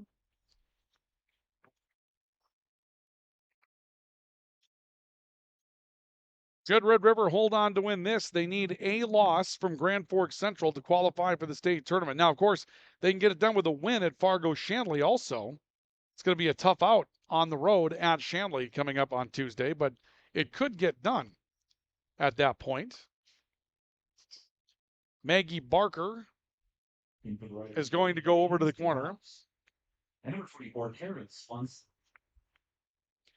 And Barker stands ready, puts a foot into a crowd out in front of the goal, and we'll see Shotley coming over to make the catch on it for West Fargo Cheyenne. So Shotley and the Mustangs will kick one away as the clock begins to approach the midway point of the second half. This one up in the air. And Geffrey coming up to try to make a play. Pulled down by Olivia Anderson, the middle of the field for Cheyenne. Now Barker boots one back up, and now we see an opportunity for the Riders to attack again. Morgan Hartsey taking some contact, and I believe they're going to call an offside against Hartsey, and I'm not sure that I like that call. Morgan Hartsey didn't appear to be beyond the defense at that point. I'm not sure what the violation was that they're calling here, but West Fargo Cheyenne is going to end up with control of the ball. I'm assuming that they called offside in that moment. Long boot up the field. And a fight for control with Olivia Anderson stepping in for Cheyenne. Some help there coming in as well from another substitution for the Mustangs today, Ava Bowen, who's been on the field quite a bit out in the middle of the field. Long shot towards the goal. Parkinson able to double clutch that, pulls it in, and the Riders will kick it off again. Parkinson sends it out towards the near side of the field. This will take a hop, comes back to midfield. A turn on the left side for Ava Bowen and the Mustangs. Play back across the formation for Morgan Hartsey and Red River. Now Bowen again. Bowen off to the right. Cut down by Barker. Look again by Bowen. Far side. This will be cut off and sent back up the field on the right that time by Peterson for Grand Forks Red River. Hartsey held up a little bit approaching, and this one rolls out of bounds. And Red River will get it back. Under 23 to play in the second half. Boy, a lot of the drama just kind of taken out of this one, and now we're kind of watching whether Taylor Hodney is going to be able to have the day. In fact, soccer's not a high-scoring sport. I'm not sure what the individual record is for goals scored in a single game, but 4 of them, and she's had an opportunity for 5. She had a play early in the matchup that could have given her something a lot of fun to hang out with as well, and a big stop just kept her from being able to score. That was on the first play of the game, earlier the first scoring play of the game, and it turned out to be a play that went to West Fargo Cheyenne's goalkeeper rather than Hodney. Since then, Hodney's made them pay with 4 goals, and 5 of the 7 goals for Red River today have the Hodney name on them. Reagan Hodney scored one on a long-range strike earlier in the half as well. Ball off the grid on the far side. We'll see Red River with the throw-in. It's be Peterson that steps over to throw it in for the Riders. Peterson takes the throw, and she goes looking for Morgan Hartsey on the boundary. Hartsey trying to come back. Again, absorbs a little contact. Hartsey coming to a stop. We'll play this back to a player behind her in that midfield spot. F. Hauser trying to come back, and now a long-range strike, and Shotley knocks it down, has to come back and find the secondary control on it, but Shotley able to pull it in, and we'll see the Mustangs kick it away. F. Hauser's there for Red River. Nice windmill kick to push us back up the middle of the field, and that caught Cheyenne off guard. They'll play it back to some empty space near side. Step in by Madeline DeLong. DeLong off towards the near side for Reagan Hodney. And Hodney gets run down. That ball ends up going beyond the goal line. I'm not sure what they called first here. The ball's beyond the goal line. Would be a free kick for Cheyenne, but a little contact into the back of Hodney. I think they're going to say this is the Mustangs to kick away.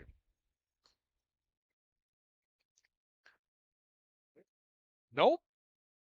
Looks like this is going to be a free kick for Grand Forks Red River. They are going to call the contact there. So Geffrey is going to come over. Not exactly a corner, but it will look like that, as Geffrey's going to key it up from the left side, and the Riders will set up as if it's a corner kick here.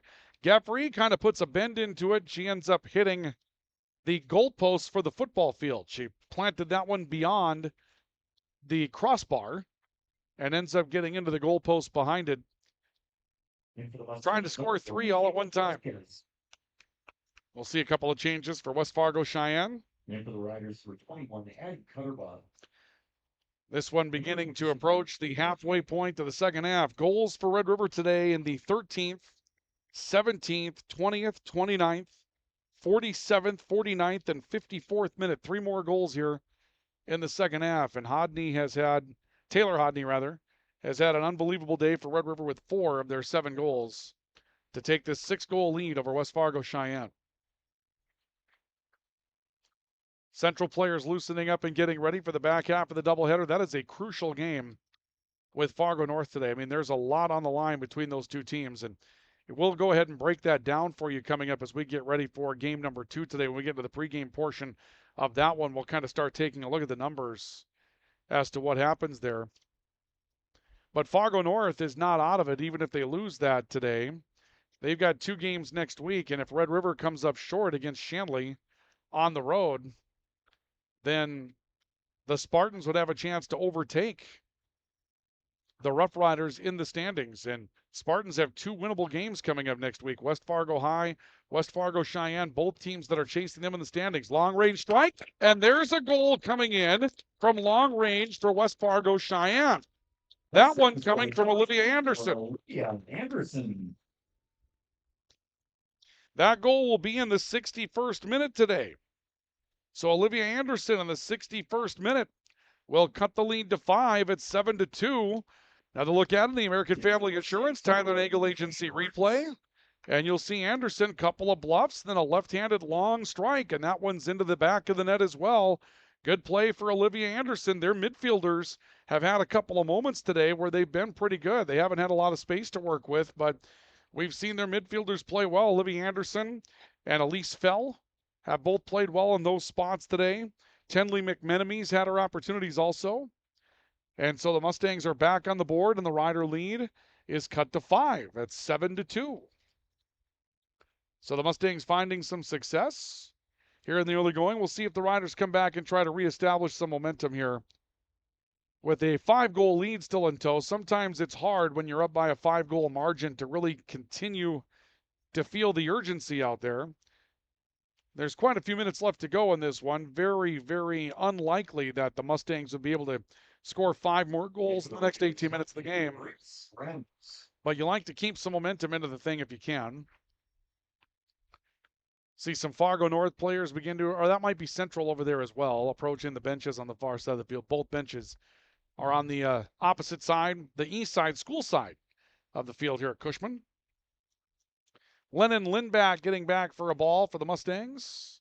This will come into Reese Shotley of the Mustangs, who, as the goalkeeper, will play it out.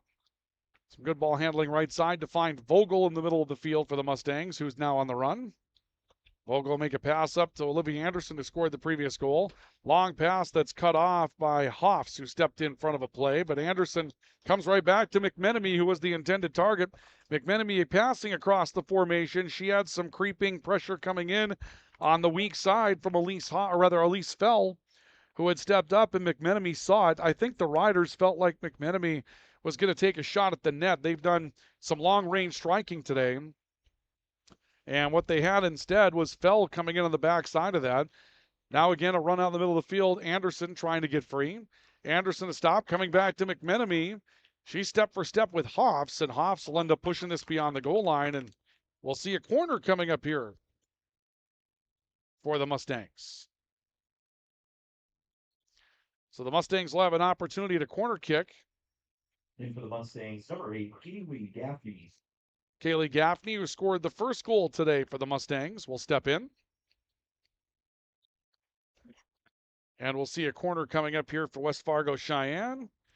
Played out high. Here's a header towards the net and up and over the crossbar that time from, I believe, Olivia Anderson.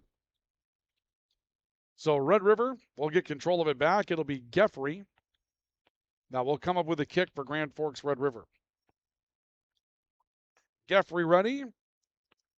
Foot out towards the right side. Mustangs quickly bring it back in. They're not going to go away. Kaylee Gaffney trying to approach this. Long run to get back to it for Addison Fargo. And Fargo sends it beyond the far boundary, and we'll see throw-in coming up for the Mustangs deep. West Fargo Cheyenne hasn't gone away. They continue to try to put on some offensive pressure in this one. London Flanagan. See some new changes here for Grand Forks Red River. London Flanagan, a sophomore midfielder, has an opportunity to come into the matchup. Mustangs throw one in. It'll be Vogel that tries to cut through a pair of defenders on that left side. Back out to Elise Fell on a point. Fell coming back towards the midfield. and works it off towards the right for McMenemy. Puts it back towards the middle. Cutterba for Red River, trying to play it out of her own end. Too strong for Rems momentarily. Now Flanagan will approach the midfield. Made a great pass here. And up the field, here comes an attack for Morgan Hardsey. Hardsey tries to chip one. And a roller that's picked up by Reese Shotley.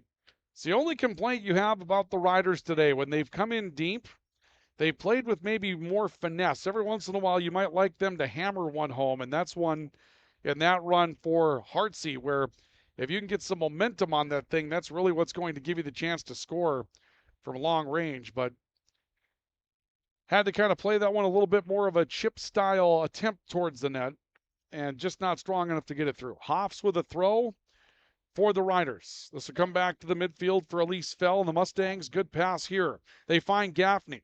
Gaffney trying to play around and come in from long range. Played down by Parkinson. And Eden Parkinson will bring it back out and kick it away.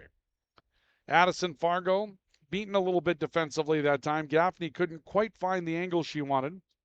Flanagan in the midfield gets taken down. They're going to say play through it. Flanagan tripped up on that. Fell to McMenemy on the right boundary. McMenemy trying to come back across the formation. It'll be deflected back to the point. Fell back again looking for McMenemy on the right sideline. McMenemy is stopped, kicking across the formation, long range. That might have grazed one of the posts. That might have hit the crossbar. We saw a little bit of a difference in angle coming back down. That's a long range to get at it, but a good attack nonetheless by the Mustangs. Now Vogel from distance, and Parkinson will use the hands to play that back to the turf. 7-2 Red River on the All-True scoreboard. Our scoreboard updates brought to you by All-True. Regular screenings with All-True's care team can detect illness before symptoms begin. Stay in the game of wellness. Schedule an appointment. Visit alltrue.org or call 780-5000. We see Reagan Hodney coming back into the formation for Red River. Hodney has a goal today. The Riders have 7.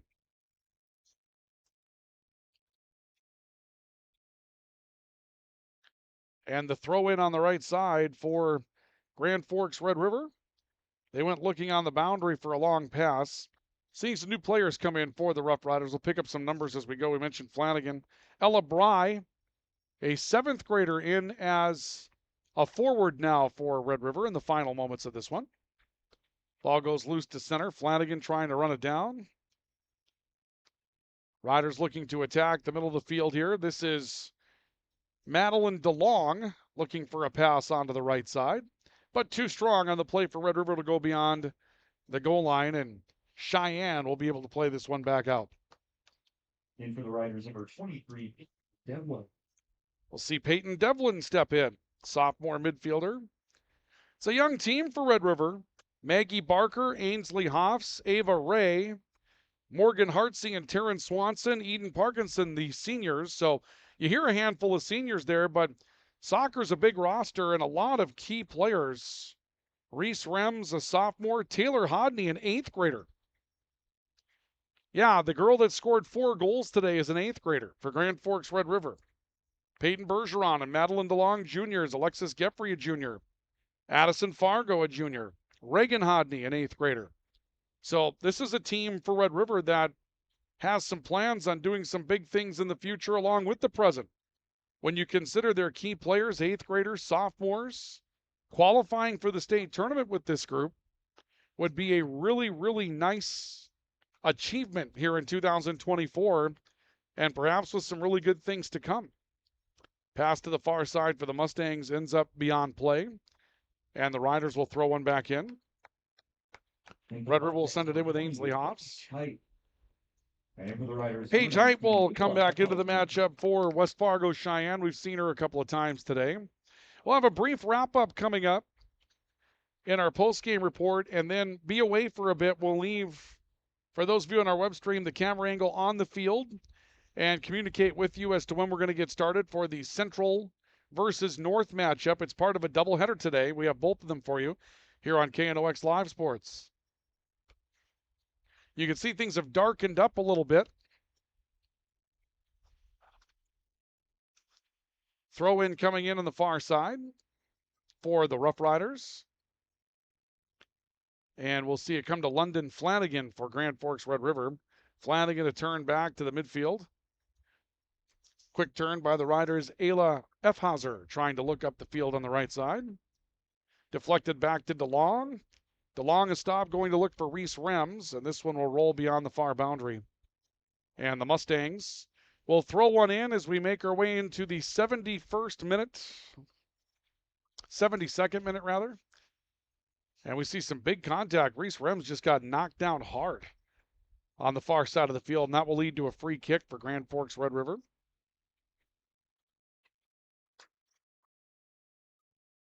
Apologies, this would be the 71st minute of the matchup.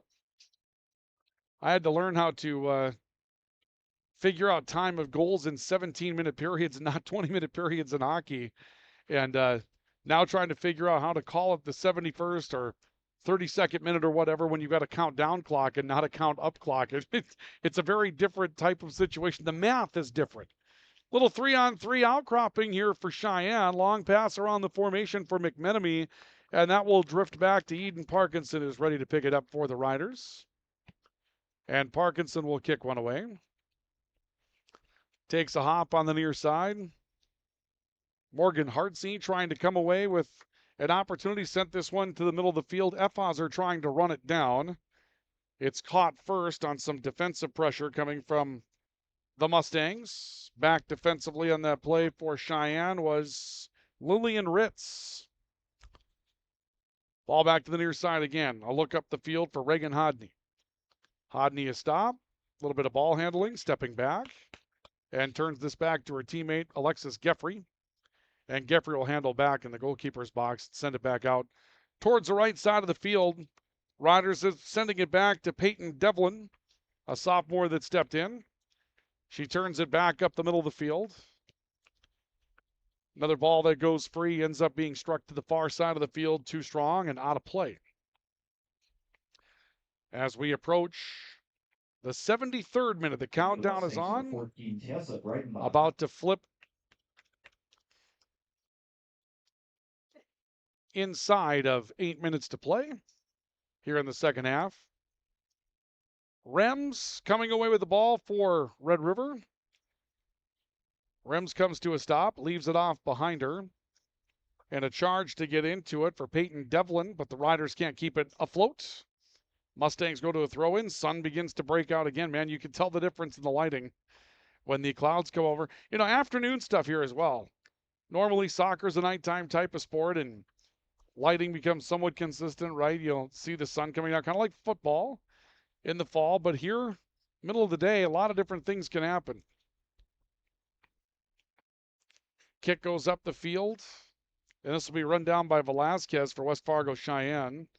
Velasquez comes back towards the right, finding Tessa Breitenbach. Stop for Red River. Reagan Hodney trying to exploit an opening with London Flanagan. Now Efhauser has one knocked away. Paige Height got in front of that defensively for the Mustangs. Turns one to Elise Fell. Fell trying to come out to the right. Got around a couple of defensive players. And a lot of contact in the process before Parkinson runs it down and sends one away. Parkinson a high hop. Little header coming in from the Mustangs to keep that free. This will be Hartsey. Long pass, and she found some room on the far side with Rems. Rems will pick it up, fires, and a big save made by Shotley diving to take that one away from Rems. That's a nice play by Reese Shotley to keep the 8th goal from going in, and the Mustangs will turn it beyond the boundary on the near side. Approaching the 75th minute of the matchup. Down to 6 and change to go. Red River looking to pick up the victory today. With the win, the Riders would have their 7th win of the season. They would improve to 7-3-3, and that would be in the league and overall. Their 16th match today of the season, I should say. Ball thrown in, and a chance to get behind it that time for Morgan Hartsey that ends up rolling beyond the goal line. Clock down to 5:40 to go. Teams loosening up, getting ready for the next game. That's kind of an interesting look, isn't it? You have teams loosening up for the next game, while the one that's being played is being played. And this is going to be a corner kick for Grand Forks Red River. Geffrey will make the corner kick for the Riders. Geffrey stands ready. Foots one towards the goal, kind of looking for some pressure on the back end, and was then able to pick up Morgan Hartsey on that backside. And so the Mustangs will have an opportunity to send it out.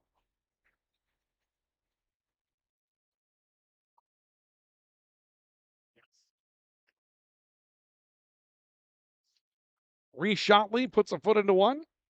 Kind of slows it up, looking for something on the boundary here with Breitenbach coming back to it. Now Velazquez back in her own end for the Mustangs. This one cut off by Hartsey. Hartsey turns it back towards the middle of the field. Stopped by Olivia Anderson. She'll push it off towards the right. Hartsey kicking across the formation. Trying to find Taryn Swanson, who poked in the first goal of the day today for Grand Forks Red River. Riders took a 1-0 lead in the 13th minute.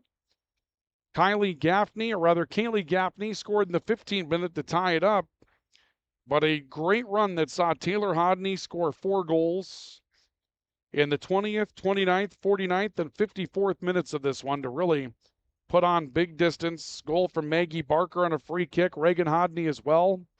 Riders leading 7-2 as they try to draw the curtains on their 7th win of the season. Kick across the formation, and again, a play just about there. That was well played by Kaylee Gaffney. She had some pressure coming in on the backside of that one with Kiera Reinertz ready to get there.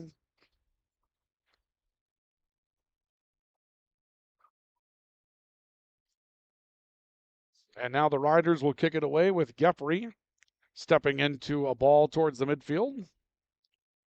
Plants it out towards the far side.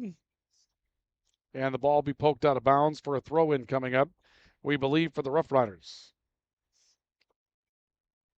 Glad you joined us for this one today. Stick around because the second end of our doubleheader is on the way.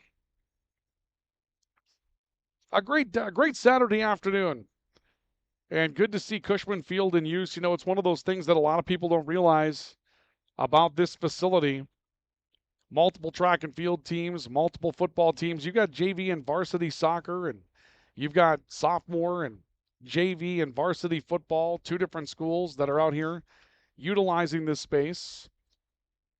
Boys soccer, girls soccer. This is a well-utilized facility. I mean, there's no question about that. This gets its usage, and sometimes you wonder how long it will be before another one of these has to be built with the amount of gameplay that it does receive. Ball on the right side, Paige Height. Height plays it off to Velazquez on the right. She goes looking for a chance to handle up the field. Elise Fell attacking the middle. And she's got Breitenbach on her right, a long pass to her. Breitenbach waiting for it, but first Reagan Hodney stepped in, got a foot on it to turn it away. And that's going to take us into the 79th minute of game action today.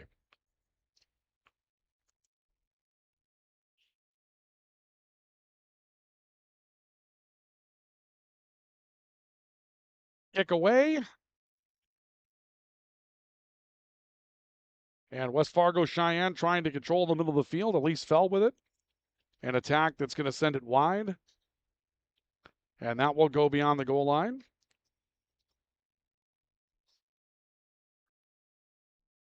And we're down to a minute and a half left to go in this matchup.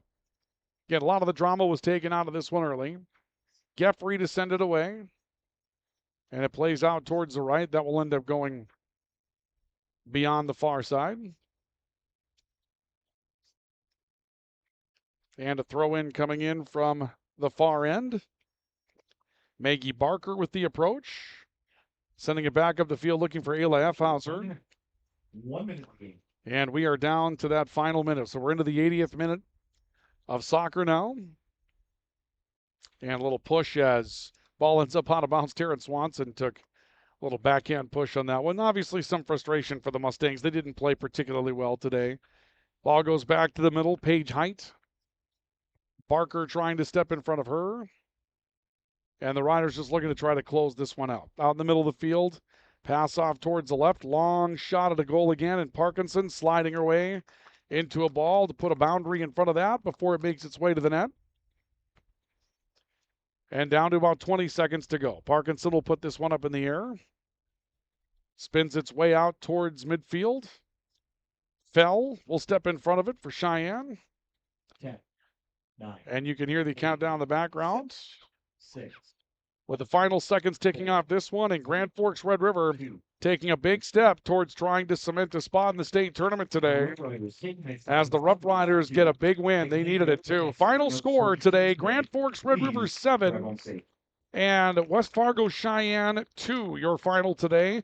We're going to come back with the highlights in this one and break it down for you as we wrap up our coverage of Game 1 and the doubleheader with Game 2 to follow. This is our coverage of high school soccer on the Rougheriders Turf and Forage, Grand Trailer Sports Network, and KNOX Live Sports, Grand Trailer Sales Sports Network, rather, and KNOX Live Sports. Stay with me.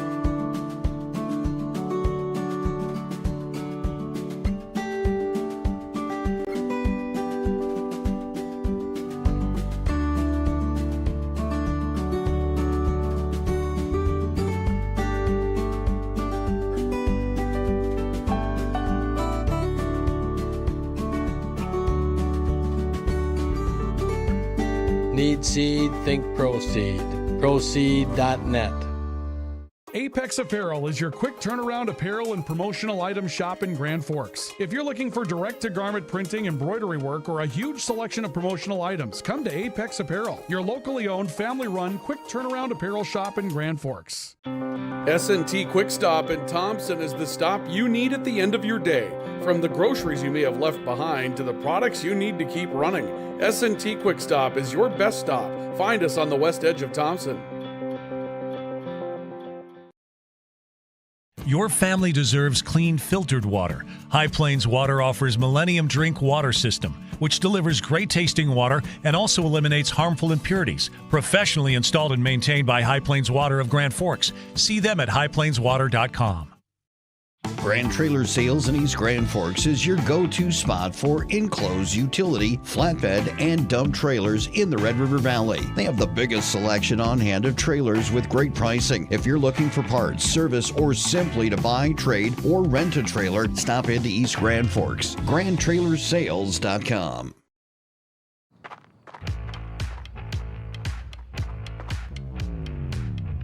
When you're in pain, you need more than just a doctor. You need a problem solver. Count on All True Orthopedics and Sports Medicine and get back to what moves you.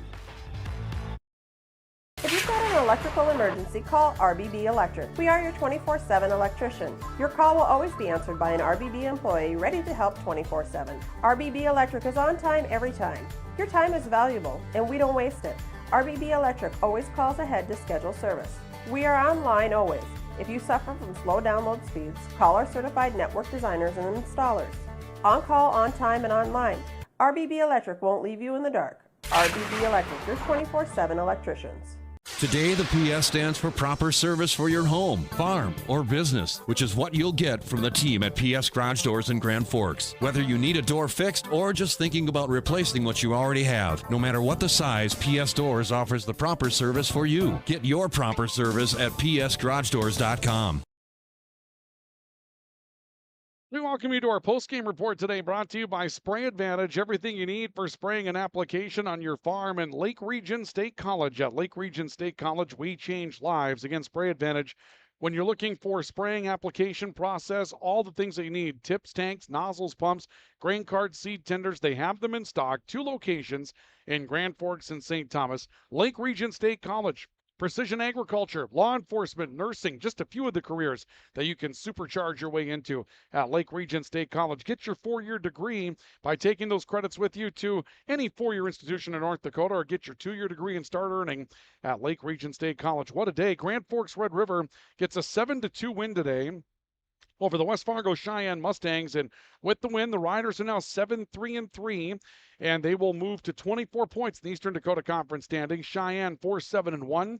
They stay at 13 points in the Eastern Dakota Conference standings. Let's run down the highlights that we have in this one. We've got a ton of them to go through. Our highlights are brought to you by Proceed. Need seed? Think Proceed. Proceed.net. We get started early. Here's a chance for Taylor Hodney, and a big save by Reese Shotley for West Fargo Sheyenne to keep her from scoring. She scrambles after the rebound as well. Then Maggie Barker on a free kick hits a post, and the Riders were denied on a couple of opportunities early, but they wouldn't be denied later with Taryn Swanson, the 13th minute. A pass coming to her. She's able to chip one across the goal for a score. 1-0 Red River, but Kaylee Gaffney comes right back and attacks for West Fargo Cheyenne. Deep push up and just under the bar. 1-1 in the 15th minute. To the 17th minute, Maggie Barker. Heck of a free kick here for Red River. Squeezes one under the bar for a score. And then it became the Taylor Hodney show. Here's Hodney outrunning the defense. She comes up with a goal in the 20th minute to make it a 3-1 lead. And then with Red River leading by 2, beautiful pass from Reese Rems. Here's Hodney again striking to make it 4-1, and that's how we close the half. Then we get into the second half. Here's a chance for Reagan Hodney. Coming back to her left foot, sends one into the corner. That made it 5-1 Red River. And then Taylor Hodney with 2 more. Outruns the defense up the middle of the field. Hodney scores to make it 6-1. One more time for Taylor Hodney in a 4-goal day. 7-1. One final goal put in today for West Fargo Cheyenne. It came from Olivia Anderson, long-range strike to make it 7-2. And those are the plays of the game, and they're brought to you by Proceed. Need seed? Think Proceed. Proceed.net. Again, goals today for Taylor Hodney, 4 of them in the 20th, 29th, 49th, and 54th minute. Goals today for Red River from Reagan Hodney in the 47th, Taryn Swanson in the 13th, and Maggie Barker in the 17th. Kaylee Gaffney scores for West Fargo Cheyenne in the 15th minute, and Olivia Anderson in the 61st minute. We have to hurry because we've got Central coming up against Fargo North next. We'll be on with you in about 15 minutes for that matchup. We'll just announce starting lineups and get going into action for that one. So stay with us for it as we wrap up our postgame report today, brought to you by Spray Advantage and Lake Region State College. Our Player of the Game Award brought to you by PS Garage Doors today, no doubt about it. Taylor Hodney with 4 goals for Grand Forks Red River.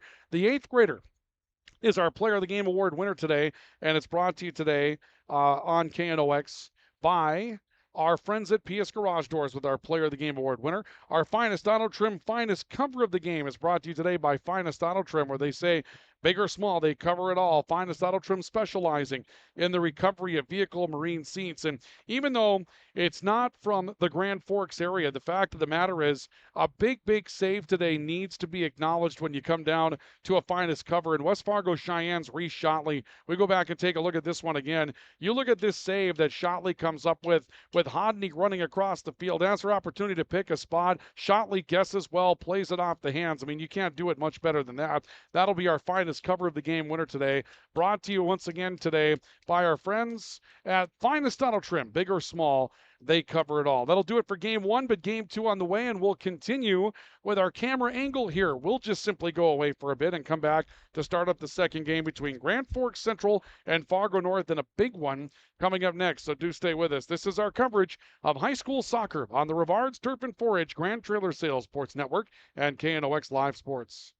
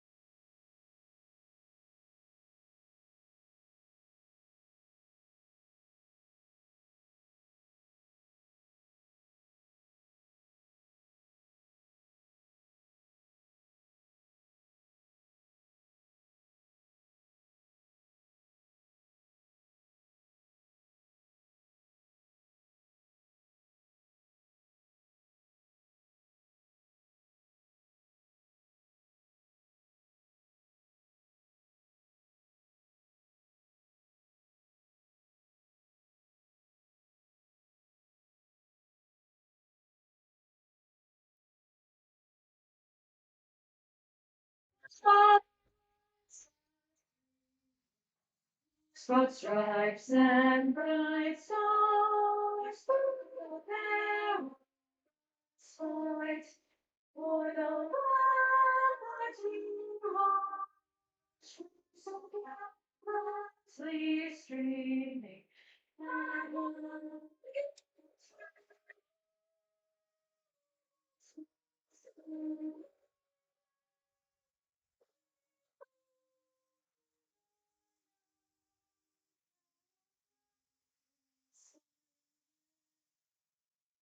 Sing our special song.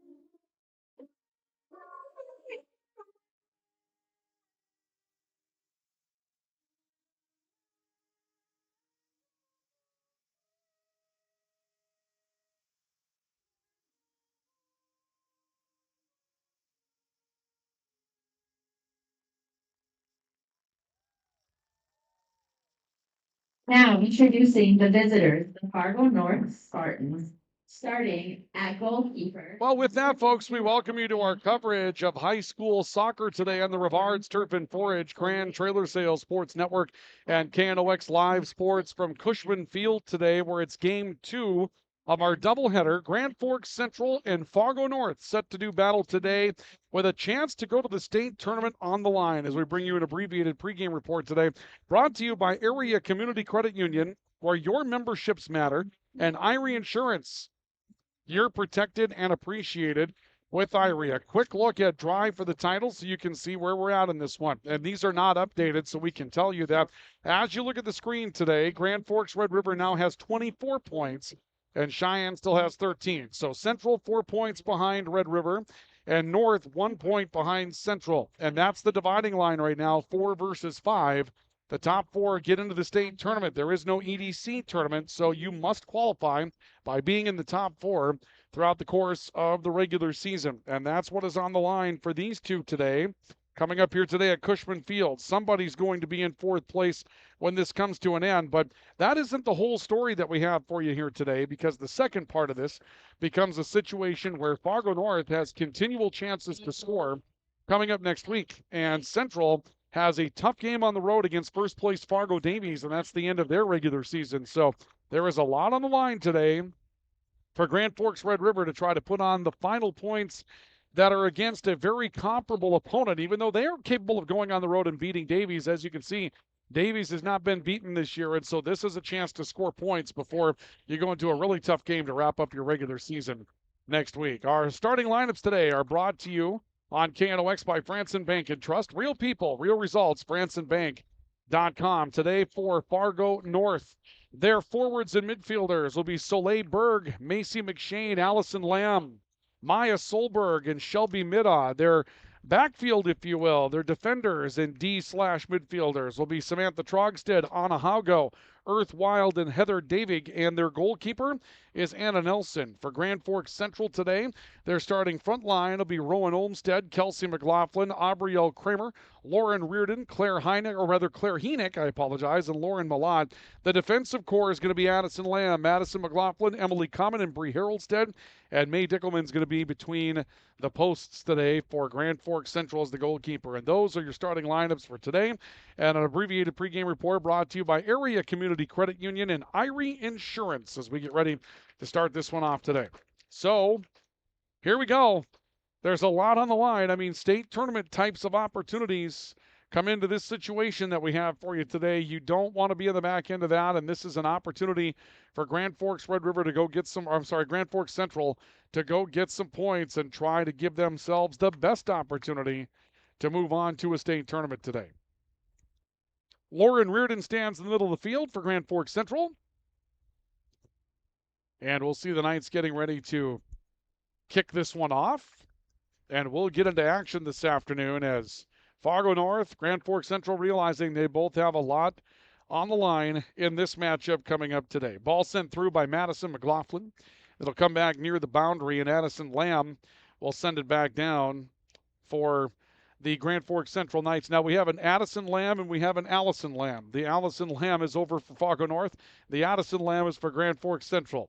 That'll be a source of fun all throughout the course of the day. And guess who has the ball right now? Addison Lamb for the Fargo North Spartans. And we'll see, Allison rather, and Addison Lamb sent it back to center. Lauren Malott with a run towards the right side for Grand Forks Central, trying to exploit that right edge if she can. It comes back towards the midfield for Fargo North.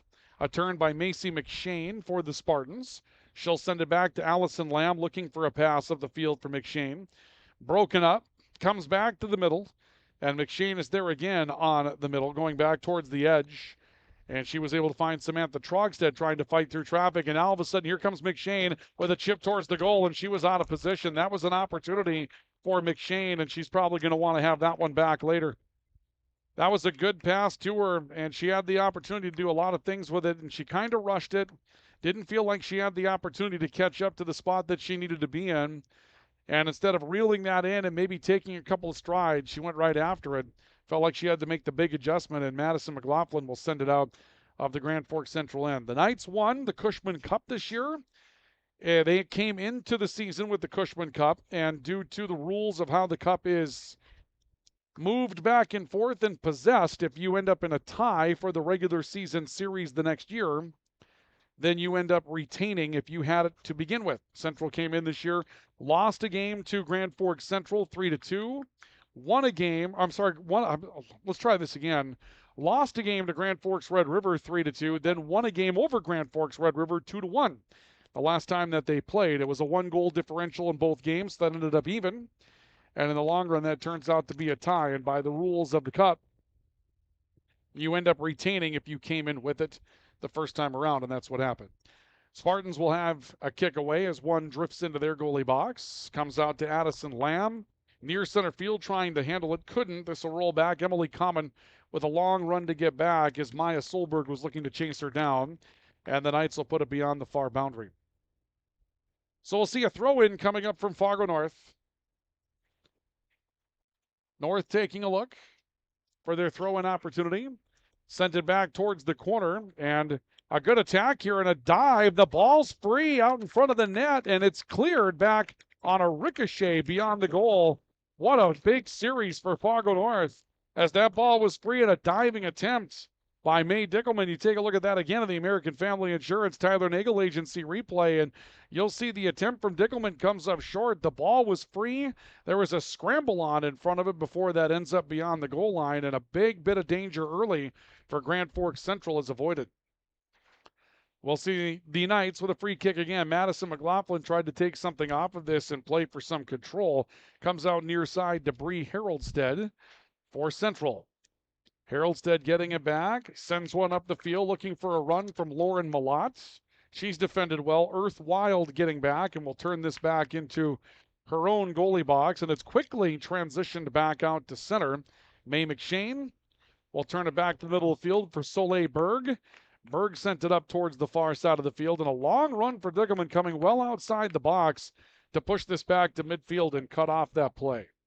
Ball goes loose towards the right side, and this will be chipped out of bounds off the far edge by Maya Solberg to keep this from doing any damage. And the Knights will have a throw-in on the far edge. So Central with a throw-in. It'll be Addison Lamb that tosses. She went looking down the boundary and a mix-up there. I think she had Lauren Malott as her target. Ends up going beyond the far boundary, and so this one's going to come back onto the edge. And we'll wait for the Knights to get back defensively and the Spartans to throw one towards midfield. There's a touch from Lauren Reardon that will put it beyond the boundary of play. And another opportunity coming up here for the Spartans to throw one in. Spartans stand ready. Let's come back to the middle of the field. Looks like they made a couple of adjustments in their lineup already. The Spartans have sent Claire Carr into the matchup. I think we were just missing her on the lineup, in fact. I think she was always in there. We just didn't have her down on the play sheet here. So let's put Claire Carr into the play sheet. And the ball ends up drifting out of bounds. Soleil Berg is over there. We'll see if North gets the throw in or if Central does. It looks like Central is going to have the throw in on the far side. Touched by Arbriel Kramer will put it beyond the boundary. And right now both teams just kind of struggling for an opportunity to maintain a possession. Another throw in. Soleil Berg takes control of it. Booted back to center. Long pass, and it comes out for Maya Solberg. She's got a chance to run it down to the corner. Solberg dribbling into that corner, and now we've got a whistle. And perhaps they got Solberg for being offside. Looks like that's going to be the call. It was a delayed offside call, but nonetheless, Solberg's going to be offside. So Central will end up with a free kick, and they're drifting out to the distance where it's going to be. Officials communicate with it. It'll be far edge, about 25 yards away from the goal line. Another free kick from Madison McLaughlin. Puts a boot into that one. Now you could see that ball really slow down as it caught some wind. The breeze has been in and out throughout the course today. We were expecting wind throughout the course today, but we've been seeing a little bit more of it. Claire Henick trying to get open in the open field. She was so good against Grand Forks Red River. When the lead was with Central 2-1, Henick was a possession-type player for the Knights that was able to really dribble down the middle of the field, eat up a lot of clock as they were trying to run that one out. Did a nice job with it. Heather Davig will turn one back into her own goal box for Fargo North. Anna Nelson plays it off the ground, sends it back out towards the midfield. Carr with the touch, coming back to the right side, trying to find Shelby Middaugh. She'll end up going beyond the near boundary. And the Knights will have a throw in. Stepping across will be Bree Haroldstead to toss it. Kelsey McLaughlin in amongst a couple of bigger players looking for some control. Fights her way to the dribble.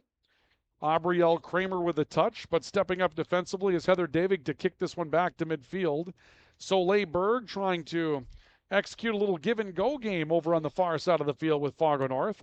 Gets delayed. Claire Henick finding an opening looking for Malott. That one's dribbled away from Malott and brought back by Shelby Middaugh to the midfield. And now it's Madison McLaughlin that will send it through the midfield and beyond the far boundary. And the Spartans will throw it in as we make our way into the 8th minute of the opening half here, the 8th minute rather of the match. And we'll see Fargo North with possession, but it was a quick one. Attempting to try to make a back kick, ends up pushing that one beyond the boundary on the far edge, and so that's going to go back to Grand Forks Central for a throw-in. Lauren Malott trying to creep up to it. Little nifty back pass. Nice ball handling skills there for the Spartans. Try to open something up on that far side. Samantha Trogstead looking to make a move against Aubrielle Kramer. Ends up spinning it out of bounds. Addison Lamb a throw-in, again beyond the boundary. Hitting one of the Spartans up in the shoulder area. Intended for Malott. And Addison Lamb will step up and throw one back in. Loose to the corner this time. Malott trying to keep it in place. She cannot. And this one's going to go back to Fargo North. Scoreboard updates are brought to you by Altru. Regular screenings with Altru's care team can detect illness before symptoms begin. Stay in the game of wellness. Schedule an appointment. Visit altru.org or call 780-5000. Spartans will kick it out of their own end. Anna Nelson sent it back out to midfield. And a little contact in on Addison Lamb trying to run it down. This will turn out to be a free kick for Fargo North. So the Spartans will have a free kick in the midfield area. Looking to open some things up for themselves. One good scoring opportunity so far for the Spartans. A scrum in front of the net and a loose ball. Central was able to get back and do enough defensively to keep them away from it. Trogstead trying to run one down in the corner. Ends up having it bounce beyond the boundary. Should stay, or will it stay, a Spartan throw-in. It looks like the Knights are expecting that it's Fargo North's ball to possess beyond the far boundary. Let's see what happens here. Throw-in comes back towards the goal line. It will go loose. There's a little crossing pattern here. Dickelman comes up again to try to take control. Again, the ball is loose in there. We're going to see a whistle, and it looks like free kick coming up for Central on some contact coming from North. Boy, May Dickelman's been in a couple of moments here where it's been precarious for her.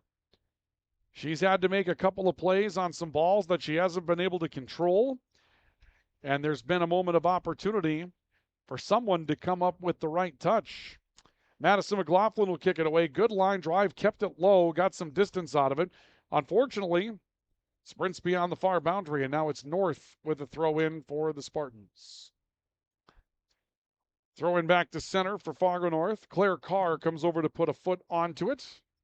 It turns back to the defensive core. A look out of that side by Heather Davig. She'll play it back through the middle of the field. McLaughlin picked it out of the air. Sent it up looking for Kelsey McLaughlin. Kelsey McLaughlin attempting to run it down, looking for Rowan Olmstead. Olmstead, one of the better offensive players for Grand Forks Central. She hasn't really been able to possess it yet today. This will be off of Olmstead and beyond the far boundary. And the Spartans will throw it in. Ball loose on the far side. Soleil Berg trying to run through some contact. Ends up losing that one beyond the boundary. And this looks like it'll be Central's to throw in front of the benches. Central throws it in. It was McLaughlin executing the throw. Ball goes up in the air. Maya Solberg looking to pull it down for the Spartans. Far side Olmsted with a touch. Little give and go with Kramer. Kramer got stopped. Samantha Trogstead steps in front of it for Fargo North. Looks back to Maya Solberg in the midfield, and the Knights will defend that out of bounds. Spartans with a throw in front of their bench along the far boundary as we take a look at it. North in the white uniforms today, moving from left to right. As you view this today on KNOX Live Sports, another ball beyond the boundary. Haven't had a lot of continuous play in this one. This game has really been played along the edges of the field. We haven't seen a lot of back and forth through the middle of the field yet to keep the game moving. Here's another that goes beyond the boundary, another throw in. Anna Haugo will throw this in for the Spartans. Lauren Reardon with a touch. Comes back to Emily Common. North wanted a ball played with the hand. They're not going to get the call here. Ball's back in the midfield now. And a good pass to Lauren Malott. Malott tries to keep it along the far boundary. Long run for Rowan Olmsted, and she cannot get there before Earth Wild does. And Wild's able to defend that towards the boundary and ends up off of Olmsted. This will be a Fargo North throw-in. Spartans have a lot of size in their defensive core, and they have a lot of size all the way around. They can put a lot of bodies into players out there and win the physical fight. Aubrielle Kramer ends up touching one beyond the boundary. And the Spartans will throw in again. Fargo North surveying their options here. And they'll send it back into their defensive core. Long look at that for Shelby Middaugh. Ends up being played through in the midfield.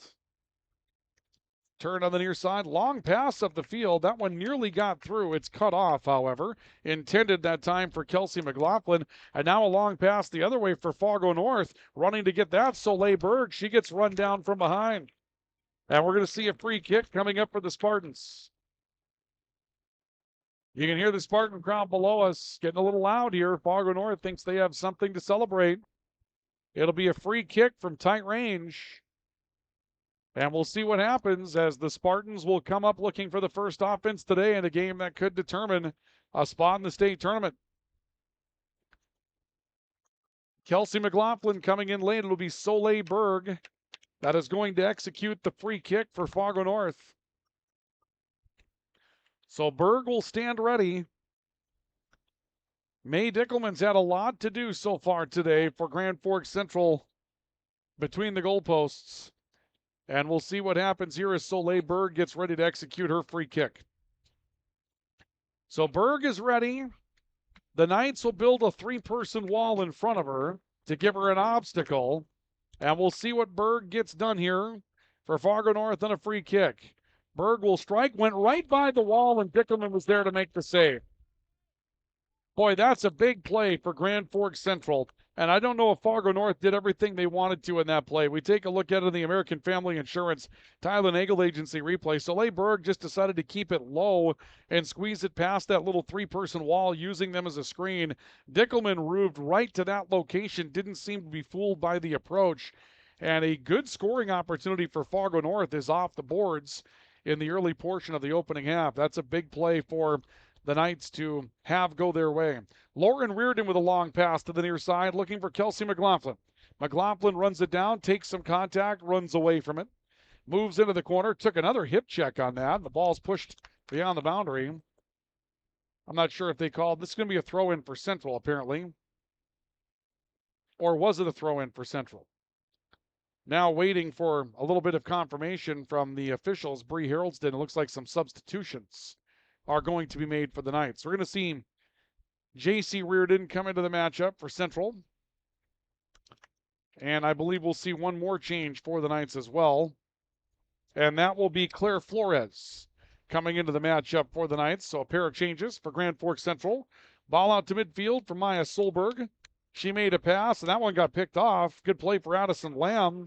kind of pinching up, if you will. Reardon plays one back towards the middle. Heenick looking for an opening, sent it to the corner. Flores gets free, but can't quite run down the pass, and it will go beyond the boundary. J.C. Reardon. Change is announced, and we'll see a free kick coming up here for Grand Forks, or rather for Fargo North. And the free kick comes back out into the middle of the field, and this will drift beyond the far boundary. So Central will get this one back, and the Knights will throw it in. It's thrown in on the far side of the field. Grand Forks Central with Addison Lamb doing the honors. Fight for control at center. Spartans get a breakout pass, but no one home to take advantage of it. Long run coming back from Madison McLaughlin to run this down for the Knights. McLaughlin sends one forward. Be stopped up by Heather Davig, who's back defensively for the Spartans. Ball off the right side, taken up by Shelby Middaugh, looking for an opportunity to make a play up the field. Middaugh took a big hit that time from J.C. Reardon, and from the facial expression from Shelby Middaugh, I don't think she was happy about taking that contact. Throw in for the Knights, cut off by Earth Wild for North. And Wild has an opportunity to possess it along the near boundary. Sent it back to center. Reardon now engaging with Macy McShane. McShane running free without the ball after leaving it back at center. The Knights will end up playing one towards the boundary. That'll disrupt the flow, but keeps North in possession. We're playing through the 17th minute of the matchup. We're scoreless on the All True scoreboard. Timeouts brought to you by S&T Quick Stop. They are your quick stop in Thompson to get control of your night once again. You're looking for meal options. They have plenty of those, full grocery items, and of course Wingman pizzas and other family meal specials at S&T Quick Stop. And our timeouts are brought to you by Apex Apparel in Grand Forks. They're your hometown quick turnaround promotional goods store in Grand Forks. Custom embroidery, print screening. They get it done in-house in Grand Forks. They get it done for you quickly because they know that you need to get things done right and to get them done on time so you can promote your business or your team with Apex Apparel. Long boot up the field for one of the changes for Grand Forks Central. That is Ava Walsh that's checked in. Walsh played well off the bench against Red River earlier this week. And the ball's run down by Anna Nelson, the goalkeeper for the Spartans, who will drop kick this back to center. Header off the head of Heenick to try to pull it down. Reardon steps into a play at the center of the field. Makes a couple of nice plays and a good pass to Ava Walsh to try to open this up. She goes looking for Flores on the far boundary. Flores is cut off by Anna Haugo, who got over there first and sort of bracketed the ball to watch it go out of bounds. Free kick on the right side. Addison Lamb just drills it down the field. That ends up going beyond the boundary. And the Spartans are set to throw one in once again. Haugo stands ready on the far line for the Knights. Tosses one up in the air. Headed back to center. They're looking for Maya Solberg to get to it. Solberg gets caught at center field. Heenick with a pass. Empty space. The Spartans were able to get back and cut that off. It was Shelby Middaugh that got back to turn that ball around. Stopped near side by Bree Haroldstead for Central. And Haroldstead able to find Claire Heenick, who possesses. And now Reardon on the run. Can't quite get around the defense. And a great run up by Anna Nelson, the goalkeeper for North, to take that away on a run for J.C. Reardon. So Nelson comes up with a stop for the Spartans and will boot one away towards the near side. A hop in front of Shelby Middaugh. And Middaugh will turn this back up the middle of the field. Has it back.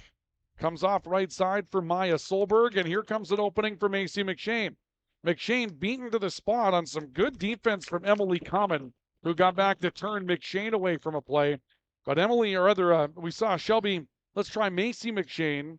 McShane had a good chance to get up the field if it had not been for the speed of Emily Common coming back defensively for Grand Forks Central. McShane's going to turn that into an opportunity. It'll be a throw-in near the corner, at least deep down the field. And Heather Davig is set to throw it in for the Spartans. Approaching the midway point of the opening half, Davig throws it in for McShane. J.C. Reardon will pop this back out to center field. Ava Walsh looking to control it and run it down. Took a shove from Earth Wild on that. And again, a very physical game. And Earth Wild, a physical player, and she's more than happy to play that way. Little forearm that took Central away from the opportunity to possess that ball at center field. And the ball be thrown in on the far side. A chance for North to corral it. Pops up in the air. Long run to get to it underneath. Maya Solberg trying to read that. Ends up going beyond the goal line. And this should be Central's on a free kick. Central will kick it in. We're in the 21st minute of the opening half. Played half of the first half. Scoring chances have been very few. The Spartans have had 2 good scoring chances. One on a scrum in front of the net. The other was on a free kick from short distance. And each time, Central's defense has been able to rally. Central has yet to find their offense. We kind of saw this the first time around against Red River this year, where the Spartans, or I should say rather, where the Knights struggled to find their offensive groove. They found it late and got a little bit more aggressive, but they were unable to find it in the early going. And now North trying to possess the ball on the boundary.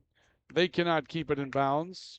Spartans sending a Chelsea Anderson into the matchup to try to keep that ball in bounds. Throw in from Aubrey L. Kramer. Ava Walsh going up the field trying to find this, but again, that big defensive presence on the body of Earth Wild, keeping her from turning one way or the other. Here's a strike down the field from Solberg and a long run coming up. This is going to be beaten goaltender May Dickelman reading that well on a play that was coming in. Good pass that was intended up the field towards Katie McComb, a junior forward that stepped out for the Spartans. Dickelman reaching out to take that one away, and we'll send it back to midfield. Good kick here for Dickelman as well. That cleared the midfield stripe. Ends up going out of bounds on the far side, but tremendous effort that time from Dickelman. I'm beginning to wonder if the wind hasn't made a change here. It looks like it has. Back in the Red River game, that was a straight northerly breeze that was knocking the ball down as it moved from our right to left. But right now, a little read of the flagpole that could either be swirling or actually be blowing towards the north now. And so the Central goalkeeper is going to have an advantage with the breeze here in the first half of this one. Obviously, that means that the Knights move into the breeze in the second half. Might be a little tougher to change field position at that time. Madison McLaughlin set for a free kick from nearly midfield here for Central. Off the far edge, McLaughlin sends it out towards traffic. It comes down on the far side with Malott trying to control it against a pair of Fargo North Spartans. She went looking for Flores and couldn't find her. Spins back up to the middle for Samantha Trogstead. Trogstead sends it back to the near side for Chelsea Anderson. A bit of a run. Cut down by McLaughlin in the middle of the field for Central. Moves back towards center field. Spartans trying to get back to it. It goes loose. Flores looks to chase it down. Long play up the field again. A turn and a chase off the far side for the Spartans coming from Claire McComb. Ball stands on the goal line, and a loud reaction from the crowd as I think Central felt like they were pushed around a little bit on that. And so the Knights are going to have a free kick after that exchange. Got a little loud down there. Madison McLaughlin set to kick this one away for the Knights. McLaughlin stands ready. Another low line drive along the far boundary, and we see Claire Flores somehow able to keep that in the field of play. It was hugging the line the entire way, and somehow Flores was able to keep that from going out of bounds. Emily Welk with a turn for Fargo North. Here comes a run from Addison Lamb trying to open things up for Flores, who's dashing down the far boundary. Beaten to the spot once again by Earth Wild. The ball will go beyond the boundary, and this will come back to Fargo North for a throw-in in their own end. The Knights doing a little bit better changing the field position. They've been able to play a little bit more on the Fargo North side of midfield here in the second stanza, if you will, sort of the latest portion of this first half. Rather, in the first part of it, it was a very difficult time. Heenick trying to get through, sends one towards the corner, looking for a run from Ava Walsh to get to it. And this one will just end up trickling beyond the goal line on a good defensive play by Anna Haugo to watch it go, and Fargo North will end up with a free kick. So the Spartans will kick it away. Nothing on the scoreboard, brought to you by Altru. We're in the 25th minute of the opening half of play. And Reardon heads the ball beyond the far boundary on the free kick from the Spartans. Fargo North will throw in off the far edge. And we wait for one of the Spartans to step across the boundary and do so. Now they'll throw it in. And a little lob down the far side of the field. Spartans try to pick it up, and they do come away with it. I believe this is Maya Solberg coming back to her own side of the field for some control. leaves it to Heather Davig. Big collision between her and J.C. Reardon. Ball loose in the middle. Malott comes up with control for the Spartans. Walsh trying to make a pass back to Malott. That gets cut off. And this will be brought back to the near side for Allison Lamb and Fargo North. Lamb leaving one off towards the near side for Earth. Actually not Wild, but rather for Heather Davig. This one ends up rolling out of bounds off of the Spartans. And it will be, off of the Knights, and it will be Spartan throw-in time. Lauren Reardon will pick one out of the air off the throw-in. Heenick leaves it up the field. Ava Walsh trying to get to it around Earth Wild. Kept the pursuit going. Earth Wild didn't really possess it well. And Walsh had a couple of opportunities. J.C. Reardon a stop. Tries to play one through. More pushing and shoving out there. And the Knight crowd getting a little frustrated with it. Maya Solberg. Really physical play that time between her and Lauren Reardon. And more physical play on the other side as Evalda McComb ends up drawing some physicality from Central's Madison McLaughlin. And a play deep out of the corner by the Knights will roll to Mae Dickelman. But yeah, you can hear that there are some fans below us that aren't exactly happy with the way that this thing has become kind of a physical fight so far today. It's been a little bit more of a, I guess you could say, interesting day for these two when it comes down to the level of physicality that's going on out there. I mean, you've clearly been able to see it, that it's been a rather physical type of style of play, and it hasn't warranted a lot of calls as of yet. One free kick that was deep against Grand Forks Central thus far, but it didn't do any damage. Ball comes back out to center. Heather Davig with it. It'll end up rolling out of bounds on the far side. Central will throw this in as we play in the 28th minute of the opening half, and still scoreless without a ton of offensive opportunities really for either team. Couple of moments for North. You could say maybe one or two almost moments for Grand Forks Central in this opening half as far as the ability to score. Trogstead in the middle of the field. Heenick picked her pocket with it. Give and go looking for J.C. Reardon. Earth Wild was back. She's been the defensive player so far for Fargo North. Earth Wild's been physical. She's been fast. She's been smart with it as well. Here's a tackle that comes out as Heenick stepped in front of Heather Davig on the near side, and Davig will throw one in for Fargo North. Davig sends it towards the far side. Picked up there by Aubrielle Kramer, but booted out of bounds. This will stay a Fargo North throw-in, apparently. Indication was it was North throw-in. J.C. Reardon was confused, stepped across the line. Now there will be a stoppage while we wait for some substitutions to come into the game. I believe we'll see Kelsey McLaughlin coming over to the near side. Aubrielle Kramer is going to step beyond the line to throw it in. And this will be a Knight throw-in for Grand Forks Central. Sun breaking out again. They go looking for Rowan Olmstead. Olmstead gets cut off by Earth Wild. That's a heck of a tool to have if you're Fargo North, to watch Earth Wild cut off as many players as she has today. Using her size and her speed together, it's a very savvy defensive soccer player for Fargo North. Throw in coming in near side from Aubrielle Kramer. It's Wild that knocks it down. And a ball that's meant to go up the field ends up playing off of a Knight, apparently, and it's going to be a Fargo North throw-in. Central crowd getting a little impatient here. A couple of calls have gone the way of North as of late, and we can hear them voicing their displeasure below us. Earth Wild heading one back to midfield. Knight step back to it here. Grand Forks Central sending in Natalie Piers to the game, and Piers ends up running one across the field. It'll go beyond the boundary. Knights will throw it in. Thrown in on the right side by McLaughlin. Olmstead trying to come back to it. This again is sent beyond the far edge. Thrown once again coming from McLaughlin. And this time we see it knocked down and sent back in off the far side by Shelby Midon, or actually rather by Allison Lamb. And now another hit in the middle of the field. And we'll see what happens here. This can be a free kick for Grand Forks Central. It looks like it will be.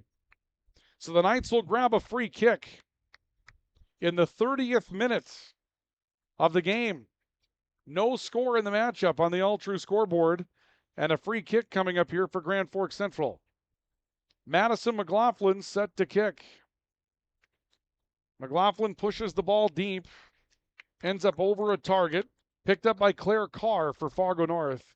Carr played it up the field, and McLaughlin just uses it like a free kick to send it back. So come down near side to Kelsey McLaughlin. She keeps it in the boundary. Kramer stepping in to try to take control. Back to Lauren Reardon, who sends it up, looking for Rowan Olmstead. Again, Earth Wilds there to make the defensive play for Fargo North. Madison McLaughlin for Central. Sends it off across the field.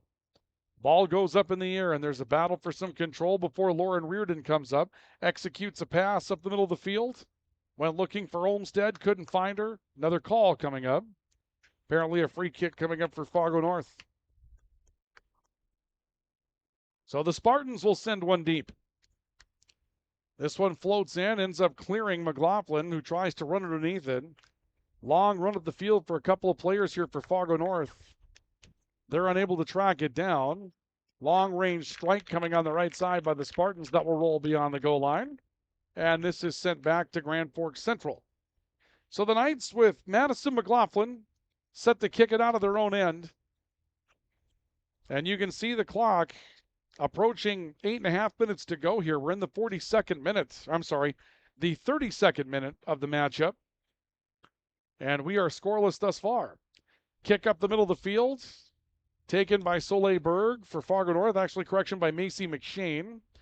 McShane coming back towards the near side, looking for Soleil Berg. She's defended well by Madison McLaughlin. Berg turns and sends one wide of the net, trying to make a pivot and kick off the near boundary. Knights again.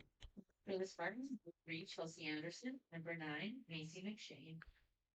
Kelsey Anderson in, Macy McShane in. They were in a couple of moments ago, so they're being reported now. We had seen them on that last possession once. And we'll see Madison McLaughlin, quarterback, into play for Central. Sends the ball over towards the far boundary. Scramble for control over there along the edge. And a bad hop to Maya Solberg will end up forcing this out of play. And Central will have a throw in. Knights throw it in the waning moments of the opening half. They went looking again for Rowan Olmstead.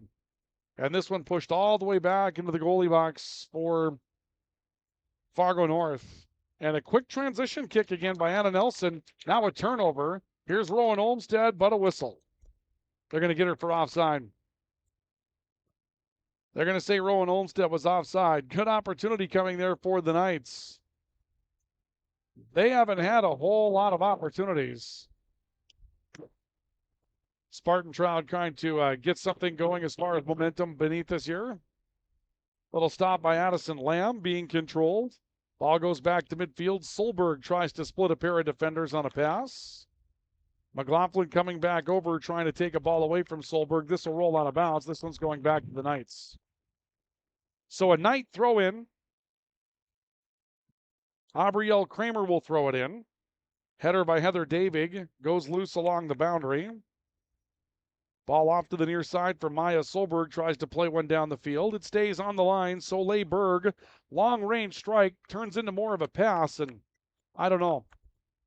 We're going to see a call over here on the near boundary. And a couple of officials will get together and talk to one another about it. And I don't know that I know what the call is going to be. The players look a little confused as well. The judge on this side of the field has had an interesting day. He's had a lot of calls to make, and apparently something against Fargo North in that sequence is going to lead to Grand Forks Central having a free kick from deep in their own side. It comes back out to midfield. Claire Heenick trying to make some control with the ball. Comes back towards the right side. And a touch for the Spartans that opens up Macy McShane. McShane trying to make a pass for Soleil Berg. Had her on the run, but good read again by May Dickelman. Dickelman comes out to take that play away, and that's really been the role of May Dickelman so far today, has been to come out and take a couple of plays away from Fargo North. Kick away up the field. This will roll back towards the far side. Long run for everybody to get to it. Allison Lamb can't catch up to the ball. This will be off of Grand Forks Central as it goes beyond the far boundary. And Fargo North will play one back in. In for the Spartans, number 6, Samantha Torgside. Going to play into the 36th minute of the opening half. Very few scoring opportunities in this matchup so far. A spot in the state tournament potentially on the line today for both of these teams. 4th and 5th place for these two, separated by a point. Rowan Olmsted towards the corner of the field, trying to come across, and Earth Wild knocked it down. Turns it back out to the boundary. Rowan Olmsted steps back in. Chance to attack, maybe from distance that time for the Spartans, but a pass from Natalia Piers. And the Spartans, or I should say rather the Knights really improved their offensive flow in the first game that we saw against them with Red River when they started to attack from distance. And that might be what the Knights are going to have to do here. They had a couple of nice plays from distance against Grand Forks Red River. And getting inside this Fargo North defense has been extremely difficult, in part because Earth Wild and Heather Davig have played so very well, particularly Earth Wild. Had a really nice day defensively today for Fargo North, and it's going to be a really tough haul to try to find an opening in between those defensive players for Grand Forks Central. They might have to try something from a bit further out. Ball headed back on a throw-in towards the midfield. McShane playing with Solberg. Solberg stepping away, kind of rotating back towards the midfield. Gets a ball back, makes a pivot as Aubrielle Kramer comes up to confront her. Actually, Lauren Malott, rather. And this will be put toward striking distance, but a little bouncer coming into May Dickelman, who was waiting for it. Dickelman reads it well. Comes away with a stoppage for Grand Forks Central. And Dickelman will boot this back out towards the midfield. Lauren Malott comes up with it for Central. Malott playing off towards the near side. Good pass to Claire Heenick. Heenick measuring, and she opens things up for McLaughlin. There's Earth Wild coming back into the play, though. Wild turns it back around. Another one of those situations where Earth Wild comes up and saves a play for Grand Forks Central. Now we'll see, for Fargo North, rather. And now we'll see a whistle to play going back to the Spartans. You take a look at this again in the American Family Insurance Tyler Nagel Agency replay, and here's the pass that opens up McLaughlin, and there she is. But Earth Wild right in the middle of your screen, catching up to that and finding a way to get back into the corner. And Earth Wild has been just really impressive today for Fargo North defensively and has cut down a couple of options that Central's tried to exploit. Madison McLaughlin handling a ball that's free kicked up the field. McLaughlin turning, sending one back over towards the right side. Wild to touch as Kelsey McLaughlin tries to come open against her. A stop. Wild stayed right with her and picked the ball off her feet and sends it back into her own goal box. Nearly 39 minutes into the matchup, closing in on the end of the opening half between these two. Loose ball to Lauren Malott on the right side of the field for Central. Malott looking, approaching, coming back towards the near edge. Long range shot from Heenick. That'll be run down by Anna Nelson. That's what the Knights will have to do, though.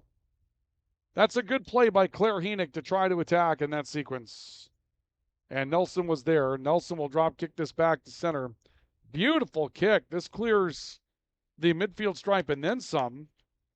And the Knights have to go deep into their own end to try to come up with some control. And in the end, they can't get it. Maya Solberg, little crosser across the field. No one can pick it up. Malott's in the middle of the field for Central. Malott with a long run. She was given a lot of opportunity to run here. Makes a pass to the near side, but no one looking for it. Heather Davy comes back for North and breaks it up. Addison Lamb trying to come up the field. Was there a whistle on that? Boy, that looked like a dive from Soleil Berg. I don't know that Lamb has the size to run Soleil Berg down like that, but Soleil Berg went down like she got hit by a linebacker. Free kick for North.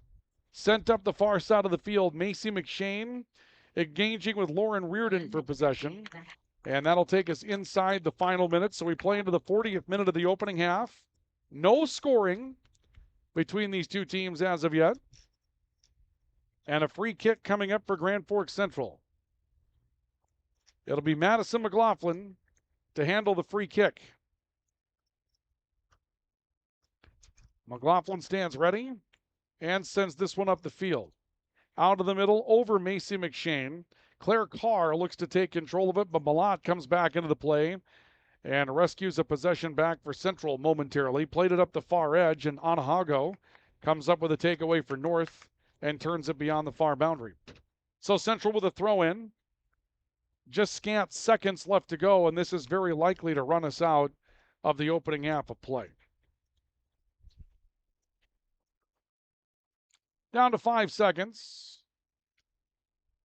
And we'll see time run out in the opening half with no scoring between these two teams. So the end of the half is upon us and nothing happening in this first half, but a couple of near misses and a couple of those going to Fargo North and a big defensive play or two for the Spartans to try to keep Grand Forks Central off the scoreboard, and we have no score on our All-True scoreboard at the end of the half as we go to our halftime report. Halftime report brought to you today by High Plains Water, your source for awesome water in Grand Forks, and brought to you as well by Grand Forks Welding and Machine, the Men of Steel. And still to come, we'll take a look at some of the highlights that we had from the opening half. Couple of near misses, as we mentioned, for Fargo North in that sequence. They had a couple of chances that were good ones, including a huge diving play by May Dickelman that came up just a little bit short, and then also a free kick that saw Fargo North come up empty. So we'll talk more about that in a couple of moments and get into those halftime highlights in just a second. So don't go anywhere. We continue along with our coverage of high school soccer today.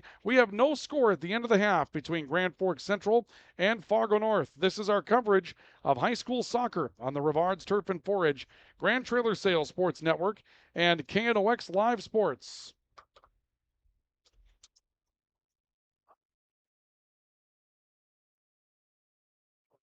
Picture yourself at Lake Region State College. With faculty and staff here to help you succeed, we know you by name. Picture your success as you get hands-on ready for the workforce or transfer on to earn your bachelor's degree. Lake Region State College. We change lives. Apex Apparel is your quick turnaround apparel and promotional item shop in Grand Forks. If you're looking for direct-to-garment printing, embroidery work, or a huge selection of promotional items, come to Apex Apparel, your locally owned, family-run, quick turnaround apparel shop in Grand Forks. S&T Quick Stop in Thompson is the stop you need at the end of your day.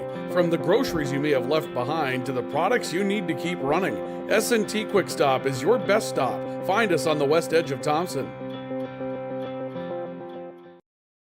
Your family deserves clean, filtered water. High Plains Water offers Millennium Drink Water System, which delivers great tasting water and also eliminates harmful impurities. Professionally installed and maintained by High Plains Water of Grand Forks. See them at highplainswater.com. Rust, salt, and time are the biggest enemies for a fuel tank. Never fear, because Grand Forks Welding is here to take care of your enemies for you. We not only fix or patch your tanks, but we can custom fabricate any kind of replacement fuel tanks or service unit. Go to grandforkswelding.com. Man of Steel.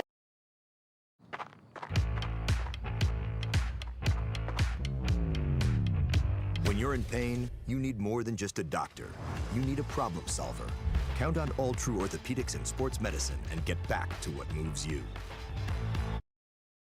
Today, the PS stands for proper service for your home, farm, or business, which is what you'll get from the team at PS Garage Doors in Grand Forks. Whether you need a door fixed or just thinking about replacing what you already have, no matter what the size, PS Doors offers the proper service for you. Get your proper service at psgaragedoors.com. As guys, we all love our trucks. That's why Toys for Trucks is your headquarters for all things truck. They carry an amazing selection of rims and tires, plus floor mats, tonneau covers, hitches, plows, and even Excalibur remote car starters for any car, truck, or SUV. And the best part? They can install everything for your truck right at their location. Stop out at Toys for Trucks in Grand Forks to customize your ride, or check them out at toysfortrucks.com. When you think breakfast, you think Perkins Restaurant. Whether you keep it simple with a fresh-baked mammoth muffin and coffee or go all out and try the tremendous 12 breakfast, Perkins Restaurant is your breakfast place. Perkins Restaurant and a great breakfast make the perfect team. Franson Bank and Trust in Grand Forks is a community bank that caters to businesses, farms, and consumers. They provide customized financial solutions with personalized customer service. Let Franson Bank give you the banking relationship you deserve. Real people, real results. Welcome back to our coverage of high school soccer today on the Rougheriders Turf and Forage Grand Trailer Sales Sports Network and KNOX Live Sports. We are at halftime, and there is no score in our matchup between Grand Forks Central and Fargo North, with fourth place in the Eastern Dakota Conference on the line today. The winner here is in position to go to the state tournament. Fargo North of the win today has two very winnable games left coming up next week against teams that trail them in the standings. And so this is not a matchup that the Knights can ill afford to give up. And really, it's probably not a matchup that the Knights can really afford to have a draw in. They need to come up with a win Knights very likely looking at this as must-win territory if they want their season to extend to the state tournament coming up in Minot. But so far, no score. Halftime report brought to you by High Plains Water, your source for awesome water in Grand Forks. With High Plains Water, you have a system that's going to make a big difference in the quality of living in your home. Normal scaly buildups around your faucets and around your fixtures. You're going to have great tasting water because obviously great tasting water out of the tap is treated water. Less laundry detergent needed to do a better job with your laundry and appliances that last longer. High Plains Water, your source for awesome water. And Grand Forks Welding and Machine, they are the men of steel at Grand Forks Welding and Machine. They're ready to take on the projects that you need to get done and keep your season moving in the right direction. If you have some breakdowns, if you have things that need tightening, loosening, or you need repairs made, they can get it done for you fast at Grand Forks Welding and Machine. They are the men of steel, bringing you our halftime report. No scoring to talk about, obviously, in the opening half. Let's take a look at some of the plays that we had with our highlights from the opening half. Our highlights are brought to you by Proceed. Need seed? Think Proceed. Proceed.net. Very early in the matchup, Fargo North with a great scoring stretch as May Dickelman dives at a ball she can't find, turned into a scrum in front of the net, then a free kick coming up for Fargo North, then Soleil Berg tries to go around the wall, ends up keeping it low, and they couldn't come up with the strike. Here for Central, great pass coming open for Kelsey McLaughlin, but there's Earth Wild running into your screen. That was a huge factor in the first half defensively for Fargo North with Earth Wild cutting things off. And those are our plays of the opening half, brought to you by Proceed. Need seed? Think Proceed. Proceed.net. A very defensive struggle thus far. We have no score at the end of the opening half of play. Our second half of play is coming up in a couple of moments, so stay with us. This is our coverage of high school soccer. Nothing between Central and Fargo North on the Rivards Turf and Forage Grand Trailer Sales Sports Network and KNOX Live Sports. What do you need or want right now? Area Community Credit Union can help you get whatever it is you want. Vehicle, furniture, a home loan, or maybe you need help with a wedding. Contact the professionals at Area Community Credit for solutions. Federally insured by NCUA.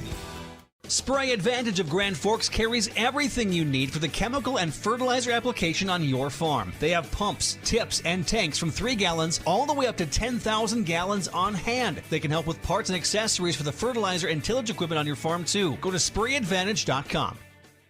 Picture yourself at Lake Region State College. With faculty and staff here to help you succeed, we know you by name. Picture your success as you get hands-on ready for the workforce or transfer on to earn your bachelor's degree. Lake Region State College. We change lives. Apex Apparel is your quick turnaround apparel and promotional item shop in Grand Forks. If you're looking for direct-to-garment printing, embroidery work, or a huge selection of promotional items, come to Apex Apparel, your locally owned, family-run, quick turnaround apparel shop in Grand Forks. Your family deserves clean, filtered water. High Plains Water offers Millennium Drink Water System, which delivers great tasting water and also eliminates harmful impurities. Professionally installed and maintained by High Plains Water of Grand Forks. See them at highplainswater.com. S&T Quick Stop in Thompson is the stop you need at the end of your day. From the groceries you may have left behind to the products you need to keep running, S&T Quick Stop is your best stop. Find us on the west edge of Thompson. Rust, salt, and time are the biggest enemies for a fuel tank. Never fear, because Grand Forks Welding is here to take care of your enemies for you. We not only fix or patch your tanks, but we can custom fabricate any kind of replacement fuel tanks or service unit. Go to grandforkswelding.com. Man of Steel.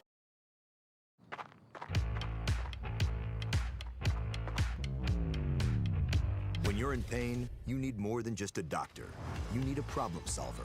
Count on All True Orthopedics and Sports Medicine and get back to what moves you. Today, the PS stands for proper service for your home, farm, or business, which is what you'll get from the team at PS Garage Doors in Grand Forks. Whether you need a door fixed or just thinking about replacing what you already have, no matter what the size, PS Doors offers the proper service for you. Get your proper service at psgaragedoors.com. As guys, we all love our trucks. That's why Toys for Trucks is your headquarters for all things truck. They carry an amazing selection of rims and tires, plus floor mats, tonneau covers, hitches, plows, and even Excalibur remote car starters for any car, truck, or SUV. And the best part? They can install everything for your truck right at their location. Stop out at Toys for Trucks in Grand Forks to customize your ride, or check them out at toysfortrucks.com. When you think breakfast, you think Perkins Restaurant. Whether you keep it simple with a fresh baked mammoth muffin and coffee or go all out and try the tremendous 12 breakfast, Perkins Restaurant is your breakfast place. Perkins Restaurant and a great breakfast make the perfect team. Franson Bank and Trust in Grand Forks is a community bank that caters to businesses, farms, and consumers. They provide customized financial solutions with personalized customer service. Let Franson Bank give you the banking relationship you deserve. Real people, real results. I want to thank you for joining us for our intermission report that we've had for you today. Our intermission report brought to you today by High Plains Water, your source for awesome water in Grand Forks, and by Grand Forks Welding and Machine. The Men of Steel, thus far, only one really good scoring opportunity, maybe two. They were both for Fargo North. Very early in the opening half, ball squeaking through on a diving play from May Dickelman, but Central's defense was there to recover. And then a free kick from Fargo North for Soleil Berg. She kept it low, didn't go up top, and was unable to come up with anything. That gave us an opportunity to get scoring started. And so now we go to the second half of play. And we'll get things underway in the second half of play with Fargo North and Grand Forks Central scoreless. Let's get that second up on the board and not a first at this point to get that corrected for you. There we go. And we're underway. Here's another ball coming in deep on May Dickelman. She'll run it down on a hop. The big key for Fargo North is that Central had a hard time getting inside their defense. And the real reason for that was Earth Wild. She was very good defensively for the Spartans, and that allows them to make some extra moves up the field and perhaps turn into some extra scoring opportunities here. A stop by Bree Haroldstead, booting one up the field, but it looks like we're going to clamp down on the contact here. There was a lot of contact in the opening half. We're going to see a whistle on some contact almost immediately in this one. So Earth Wild will step over, and Wild stands ready to kick the ball away. Good free kick right at the goal. Dickelman comes up and makes a play. Boy, how about that? And she took some contact on it as well and stood her ground. That's a solid free kick that you didn't see coming from Earth Wild, the American Family Insurance Thailand Eagle Agency replay. Look how deep this free kick was, and Wild got a foot on it all the way to the goal, but there was Dickelman who took the contact on the end of the play as well and came out of the scrum unscathed. That is a fantastic play for Grand Forks Central and for May Dickelman, but an equally impressive move to the net by Earth Wild for Fargo North on a free kick from a good 40 yards out and put it right on the money. Dickelman was just there to make the play on it. Spartans denied another scoring opportunity. Here's a crosser in front of the route, and it ends up in front of the net again. Boy, there have been some balls there that have been in very dangerous spots today from Grand Forks Central in front of their net. This will be a throw-in for Fargo North. The Spartans will throw in deep on North's end, so this can mimic a corner on the throw-in. They won't do that, though. They just throw it into the corner. Shelby Middaugh trying to play it out and ends up putting it right beyond the boundary, and now it's Central's throw-in. Spartans with momentum in this one today, however. Heather Davig playing it down the far side. Comes off to Macy McShane. McShane trying to come back to the middle, then played towards some empty space, and there again is May Dickelman to come up with a play for Grand Forks Central. Early in the second half, no score. The Spartans have been all around it. They haven't been able to crack the scoreboard yet. Central still looking for a really good scoring opportunity. They've had moments, but they haven't really had that good chance as of yet to put something on the board. Lauren Reardon pokes one away. J.C. Reardon surveying her options up the field. Heenick in the midfield, widening out towards the right. Plays this one out to space on the right side. And very quickly, Allison Lamb able to turn that away for Fargo North. Ball back to the near side again. Claire Flores getting a chance to start the second half, as does J.C. Reardon. Reardon runs into some contact. Ball back to the near side for Samantha Trogstead and Fargo North. Haroldstead for Central. Catches up, plays one deep, rolls into the box. And we'll see the stop for Anna Nelson. And she's going to bring this back and put it back into play for the Spartans. There was a good opportunity for Central, to try to play on the offensive side of things, which they haven't been able to do a lot of today. The best shot that they've had has again been from distance, and we saw success for the Knights against Red River in that type of situation. They got a goal on the board from distance. in that first time around where they were beaten, but they really exploited the long-range game a couple of times in that matchup, and it might take that because this North defense has been very good and very physical today. Maya Solberg running away for the Spartans along the boundary, a little crosser deflected beyond the goal line. This will turn into a corner for the Fargo North Spartans. So another set piece coming up here for North. The free kick they had with Earth Wild a couple of moments ago was well executed. We'll see what they do with this corner from their right. Big moment in the game here. When you get into the second half scoreless, that first scoring play just does all the momentum. Spartan corner up in the air. A header out in front that's missed. An attempt to cover by Allison Lamb. She's short to get there. Earth Wild tries to recover it, keeps it in, another crosser. And that will be knocked down by Grand Forks Central and ruled a free kick for the Knights on an offside call. So the Knights will end up getting an offside going their direction and a free kick coming up for Madison McLaughlin. We'll see if Central can change up a little field position on this, try to move it back up the field. J.C. Reardon, good header. Earth Wild, one to respond. Wild ends up putting it beyond the boundary. And so J.C. Reardon, the Knights, will throw it back in. They go looking for Malott in the corner, does Central. Earth Wild behind Malott. And Wild will turn it off the boundary. Another thing about Earth Wild that you notice, beyond her ability to play with skill and use her size to her advantage, she's never out of position. She always seems to be in the right place. That's been something that has aided her and her defensive run throughout the course of the day. It's a lot easier to make defensive plays when you're in the right place to begin with. She hasn't been beaten because she hasn't cheated up. She hasn't done any of those things. And here's a free kick from Anna Nelson that ends up planting in the back of her own teammate, Allison Lamb. And then, of course, that can't be touched with the hands again by the goalkeeper. So she has to play it back out, a little bit of improvisation, if you will. Again, Lamb trying to exploit the middle of the field. Lauren Reardon steps in for Central, trying to knock that free. Near side, Bree Haroldstead looking to take control from Samantha Trogstead of Fargo North. But it's Trogstead that wins the fight. And now Haroldstead that steps back into one. And finally sent out by Anna Ago beyond the boundary. And the Spartans will throw in. No score in the matchup on the All-True scoreboard. We're into the 7th minute of the half and the 47th minute of the matchup. Tie up for control on the near side with Anna Haugo for the Spartans. Malott stepping into play, and we're going to see a ball played with a hand here. And they will say that it's Central that played it. Very quick free kick here from Fargo North, looking to move up the field. Haugo surveying her options. Plays long range on the passing game, looking for Solberg. The Knights will defend it out of bounds. And North will have Anna Haugo throwing in. Haroldstead trying to defend Solberg for Central on the throw-in. It comes back to Haugo, and now Solberg in the middle of the field, surveying what she can do. Plays it back to the midfield for Claire Carr. Carr a stop, left-footed kick coming back to the near side for Trogstead. Trogstead looking for an opening, made a pass to Soleil Berg. She's in deep and fires in. Dickelman's there for a diving stop for Grand Forks Central again.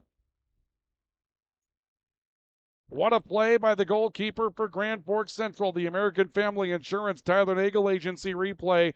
Here's the pass to Soleil Berg. She gets around the defense from Haroldstead, and the diving stop that's made by May Dickelman keeps this from being in the net for Fargo North and preserves the scoreless matchup here in the second half. Another good offensive opportunity for Fargo North. They have been all around it. You get the sense a dam breaks at some point in this situation where you built up, and Fargo North has built up all of the offensive pressure in this one so far. Henick for Central, picking the pocket of Solberg of Fargo North.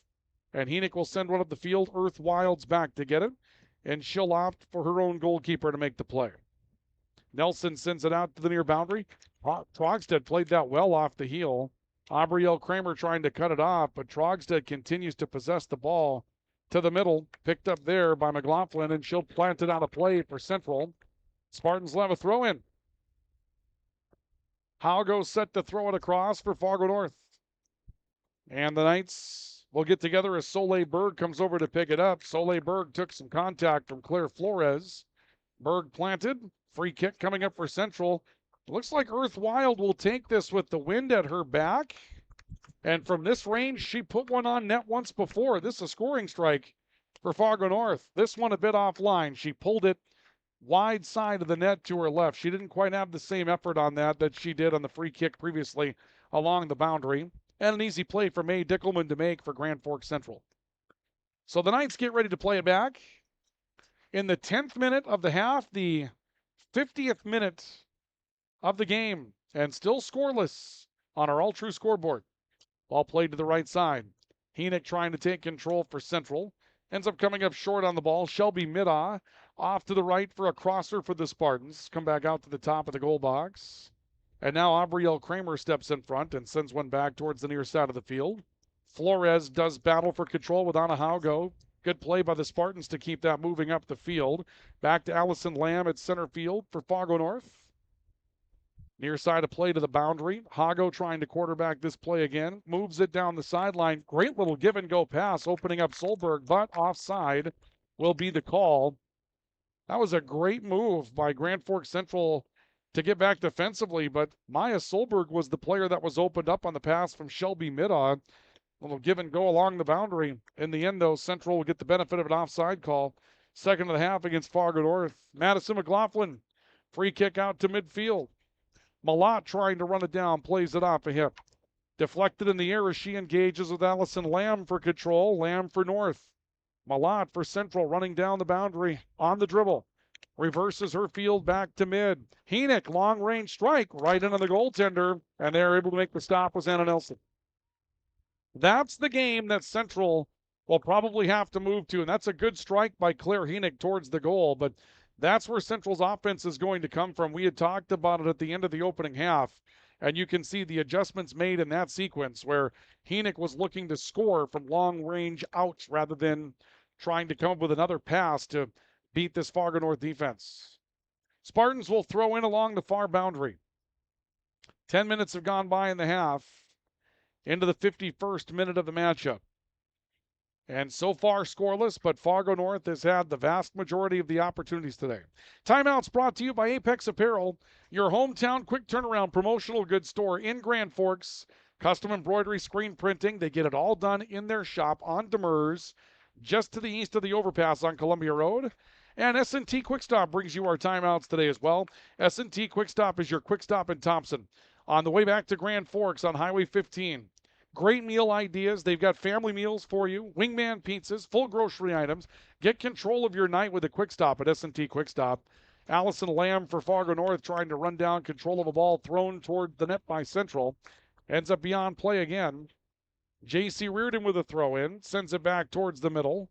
Walsh trying to blade it down, if you will. Comes back out high. Henick gets run over looking to control. And now the Spartans will send it back to Soleil Berg at midfield. That gets cut down by Madison McLaughlin of Central. Lauren Reardon making a play to some empty space. Long run for Bree Haroldstead to get there, but she does.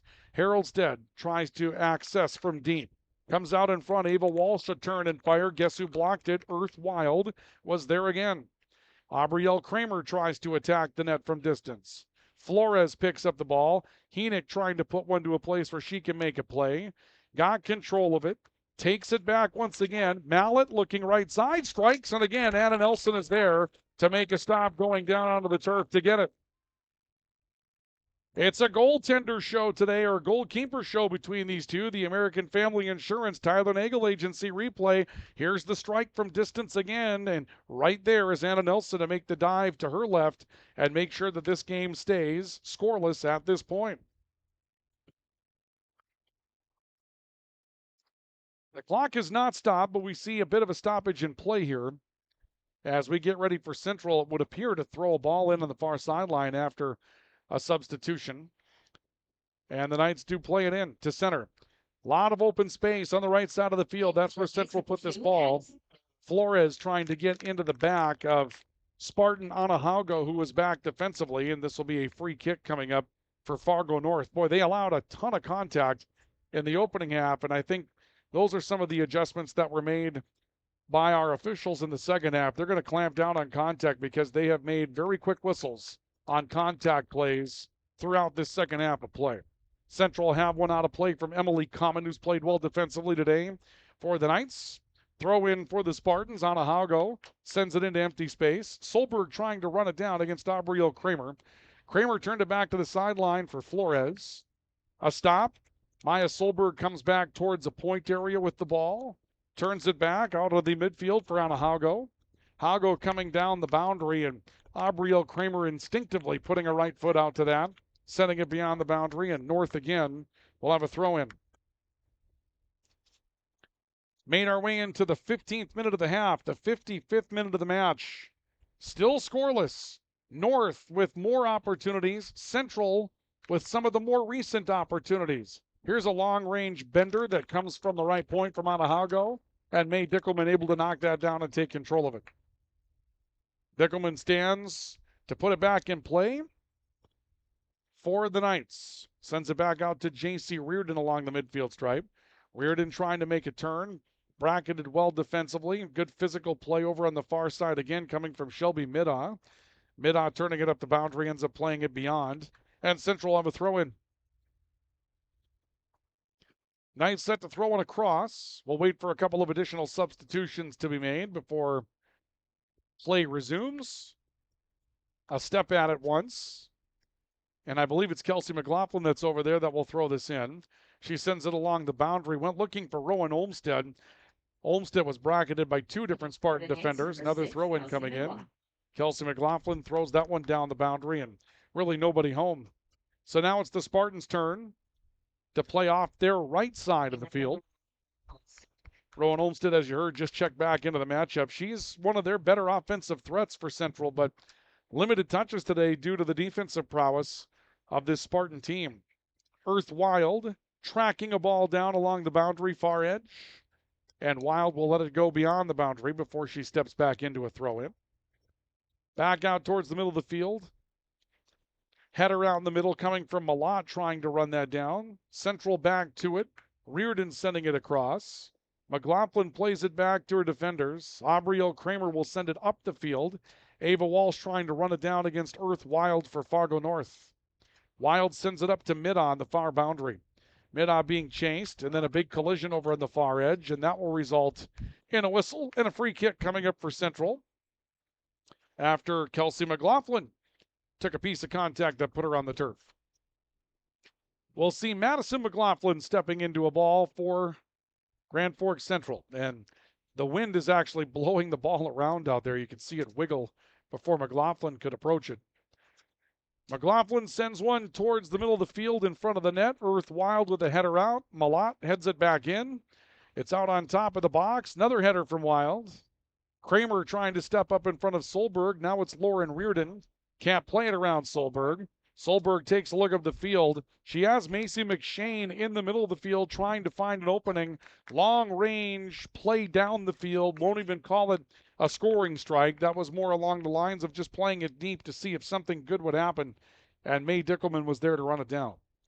Dickelman boots this back towards the center. A header by Heenick to try to get control of it. Comes back towards the near side with Solberg for Fargo North. Another collision that puts a player down. That was Heenick that went down. No whistle. Solberg comes back to the ball. Off to mid on the right. She'll take a bit of a rub-type play that time from Addison Lamb. Physicality picking up again here. Reardon heading one away from traffic. Macy McShane, apologies, trying to come up with some control there. It's left open on the far side, will be booted beyond the far sideline, and this will go back to Central on a throw-in. 58th minute of the matchup. Still scoreless. And obviously plenty of matches in 0-0. It's just that for the amount of opportunities that Fargo North has had, right now Central's sort of clinging to the draw, if you know what I mean. And they've had some opportunities as of late from distance. We haven't really seen them get in tight as of yet for a chance. Saw a lot of that between Red River and West Fargo Cheyenne today. Riders getting 4 goals from Taylor Hodney. An opportunity to get up the field and really exploit some chances today. Macy McShane working out to the right side for the Spartans, trying to run to the boundary. She was run down by Addison Lamb. Ball's out beyond the far sideline, and another deep throw-in coming up for Fargo North. So the Spartans will throw in deep in Central's end. Heather Davig will step beyond the line to throw it across for Fargo North. Comes back out high. Looking for some help, I believe, from a new player coming in for the Spartans now. That may have been Chelsea Anderson to step back onto the field for Fargo North looking to play that ball. Malott gets confronted by Earth Wild. Wild turns it back down the field. Little crosser that will go beyond the goal line, and this will be a free kick coming up for Grand Forks Central. So Madison McLaughlin will step back to put a foot into one for the Knights. In for the Spartans, number 4, Jenna Carr. Number 6. Hearing some of the announcements coming in for Fargo North. Kate Cole. Jenna Carr will check in, a junior defenseman / midfielder. Samantha Trogstead back in the game. Kate McComb saw minutes in the opening half as a forward for the Spartans as well. Trying to flex a little depth here. Heenick taking a look, middle of the field again. Heenick has such a nice way of possessing the ball. We saw that against Red River. She really picks her spots well, keeps the ball moving forward by finding the empty space to operate in. She'll take one back from Malott. Now Rowan Olmstead. Heenick again. Heenick trying to send one down to the corner for Malott. Something came off at Malott. Nearly a chance to run it down. Can't get to it before it crosses the goal. Wind becoming more and more a factor now as well. You can hear some of that in the background. You might be able to see a little bit of it as well as debris blows in front of us. And we're going to go into the 61st minute. We've made it halfway through the second half, and we're still scoreless between Fargo North and Grand Forks Central. Talk about the implications of that as we go forward here and we take a look at where we're at in the standings. A draw doesn't really help either of these teams, but it's more helpful for Fargo North than it is for Grand Forks Central due to what North has as far as competitive matches ahead of them coming up next week. Anna Haugo getting on a run along the near boundary, looking to try to dribble around Aubrielle Kramer. Emily Common caught that play. Heenick a move back towards the near boundary, trying to find Kelsey McLaughlin. Goes loose in the middle. Walsh will boot one deep. So move into the goalie box and a long run to get over for Anna Nelson, who will take control before Rowan Olmstead could run it down for Grand Forks Central. If this were to end in a draw, each team gets a point. Central to 21. They'd be within 3 of Grand Forks Red River for the third place spot. North would stay a point back of Central. They'd move to 20, and they would be in 5th place. They'd be out of a state tournament spot by, again, that 1 point. But Central's lone match next week is at Fargo Davies, whereas North plays at West Fargo and at West Fargo Cheyenne, and both of those matches are winnable for Fargo North. So without a win here today for Central, the Knights are very likely going to have to hope for some help from Cheyenne and West Fargo, unlikely spots to get that help to try to qualify for the state tournament or come up with a big win in what would be the first loss of the year by Fargo Davies if they were to go on the road and upset the Eagles coming up next week. So those are the implications here. Again, a draw, helpful, but not particularly helpful for Grand Forks Central this afternoon. Helpful for Fargo North, considering they've got a couple of winnable matches coming up next week. Got a good crowd here for this one today, despite the lackluster weather conditions, cold and windy. Had a pretty good group come out here for this one today. Free kick coming up for Grand Forks Central from the far boundary. It's put in towards the net. Central had a couple of runners towards the net, but measured on the bounce pretty well by Anna Nelson. And Nelson will come up with a stop in front of an attempt by Lauren Reardon to try to get in front of that. And now Nelson will boot it back out towards the midfield. Controlled by Solberg. She'll come off to the right, finding her way to one of those new players for Fargo North. That's Emily Welk that's coming to the matchup. A stop along the near boundary by Welk, trying to open things up. Aubrielle Kramer in a hooking of arms that goes on there between Kramer and the player she was defending, Kate McComb. They were pulling at each other there for a moment, changing each other's paths and spots, and no whistle. They say play right through it. Anna Haugo will throw it in. Haugo stands ready, takes a look, sends it towards the net. On a hop, there was a player there, but Grand Forks Central got there defensively. McLaughlin puts it beyond the goal line. That's a tough play for Grand Forks Central to surrender. Fargo North had Chelsea Anderson in the vicinity, and McLaughlin has to put it beyond the goal line, and so now we'll see a corner kick coming up. The corner kick will be made by Fargo North's Emily Welk. Very quick approach to it. Just played it short, and McLaughlin got a foot on it and sent it back out towards the midfield on a point. Allison Lamb is able to pull it down, and now we see a whistle and an offside call. Be the third offside call against Fargo North in the half. So Grand Forks Central will have an opportunity for a free kick on the offside call. We get ready to roll into the 65th minute of this second half, or I should say rather of this matchup. McLaughlin with a kick out towards center field. It's knocked down by Maya Solberg, ends up trickling beyond the boundary. Central's going to have possession.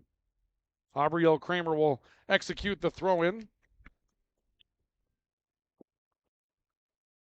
Kramer steps over to the near side and kind of takes a look for a target here. They were waiting for some substitutions. J.C. Reardon has come back into the matchup. Kramer throws it up the near boundary. Couple of hops, and Earth Wild comes over to take it. Reardon looking for a chance to get around her. Some contact there and more good ball handling that time by Earth Wild. Pulling back off the heel towards the boundary and changing the direction of the play. Now a long pass down the field from Lauren Reardon. That will be too strong for J.C. Reardon. Beyond the goal line, and the ball back to Fargo North. So the Spartans with another free kick out of their own territory. Anna Nelson set to boot this one away. And Nelson does send it away towards the far side of the field. And up and over a header. That will push this back to Grand Forks Central for a throw-in. Central throw in towards J.C. Reardon. She can't keep it in the field of play. And so now the Spartans get it back.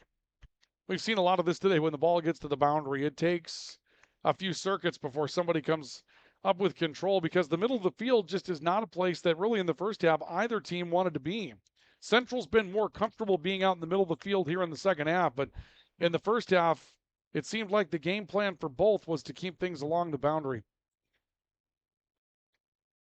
Spartans throw it in on the far sideline. No score in the matchup on the All True scoreboard. 0-0. And the clock winding down with 1 week of the regular season left in this game, meaning a whole lot. McLaughlin trying to run one down for Grand Forks Central. Long run to get back defensively for Anahalgo. She can't clear it. Heenick trying to make a play back to the boundary, ends up mishitting the ball. That'll come back to the right side for Fargo North, and Emily Welk looks to lead the breakout for the Spartans. Came back to midfield, long pass, gets around McLaughlin. A run coming back after a good speed from Chelsea Anderson, closing the distance on that, forcing it beyond the far boundary. And Fargo North will have another throw-in on the far side. Spartans toss across. Anderson trying to control against Lauren Reardon. Comes back high. Now the Spartans with it. Change of directions again by Kate McComb. Central able to defend that. Heenick makes a good move. Gets hit from behind, but Heenick's got to run up the middle of the field again. Couple of players in front of her. She'll come to a stop with speed catching her from behind. Malott takes a look. Now she'll handle. Malott turns and plays it back to Lauren Reardon, who puts it in the air. She goes looking to the near side for Kelsey McLaughlin. McLaughlin run down from behind. Anahago comes away with possession for the Spartans, and again along the boundary, sends it beyond the near sideline. So another throw-in. This will come from Aubrielle Kramer for Grand Forks Central. The Knights will make a change. Malott is going to step out of the matchup for Grand Forks Central. And Natalie Pierce will come back in the matchup for the Knights. And for the Knights, number 5, Sylvia Pierce. Header coming off the throw-in from J.C. Reardon back to center. Maya Solberg puts it up in the air. This will go deep back into Central's end. McComb trying to run it down. Ball in the air as she played it. Now Solberg trying to run away from Lauren Reardon. Takes on a couple of Grand Forks Central defenders. Made a good pass towards the right side. Here's a shot for a score. And Fargo North will take a 1-0 lead. I believe the goal is going to go to Samantha Trogstead for Fargo North. I believe it will be Trogstead that comes up with a goal. Let's take a look at the American Family Insurance Tyler Nagel Agency replay. Ball just pops open right side, and it's a long-range strike for Samantha Trogstead, who gets greeted by her teammates in what's been a scoreless run all throughout the course of the game. And Fargo North takes a 1-0 lead in the matchup. The goal will come in the 67th minute of the matchup, and even 12 minutes left to go in the matchup. That may go down as the 68th minute. And now we have May Dickelman, who may have been banged up on this play for Grand Forks Central. She's going to come off the field, and Central's going to make a change in their goaltender position. So Dickelman will come out of the matchup. Central is going to replace their goalkeeper. I'm not sure if this is Haley Anderson Tibiatowski, who's coming to the matchup to play the goalkeeper spot, but nonetheless, Fargo North leads 1-0 on a goal from Samantha Trogstedt on the right side of the long-range strike. And now the Spartans with a golden opportunity, and to tell you how much that goal changes everything, if you're Fargo North and you win this matchup, you have a great chance to catch Grand Forks Red River for the number 3 seed in the East region. Meanwhile, if Central were to lose this game today, it puts Red River in the state tournament. So that one goal, if Central can equalize, would do a lot of different things to fill in blanks or make, I guess, higher up the food chain blanks possible for Fargo North and for Grand Forks Red River. And meanwhile, Central going to have to play with a lot of urgency now, down by that goal. That could be their season that's on the line after that score from Fargo North. Ball beyond the boundary. Anna Haugo's set to throw it in for the Spartans. Haugo will send it back in towards the far side. Ball goes loose. Rowan Olmsted tries to attack from distance. Earth Wild stood in front of that. And Wild sends it back out towards the center of the field for Lauren Reardon. Reardon tried to play it back through middle. Soleil Berg was there for Fargo North with a touch. Ball back to Addison Lamb for the Knights, and ball be redirected out of bounds. Down to 10.5 to go. This matchup in its 70th minute right now. Calling the goal for Trogstedt in the 67th minute with the clock down to an even 12 to go. I'm not sure if they would rule that as the 67th minute or the 68th minute when that second clicks. It came with an even 12 minutes left, but we'll call it the 67th minute for now.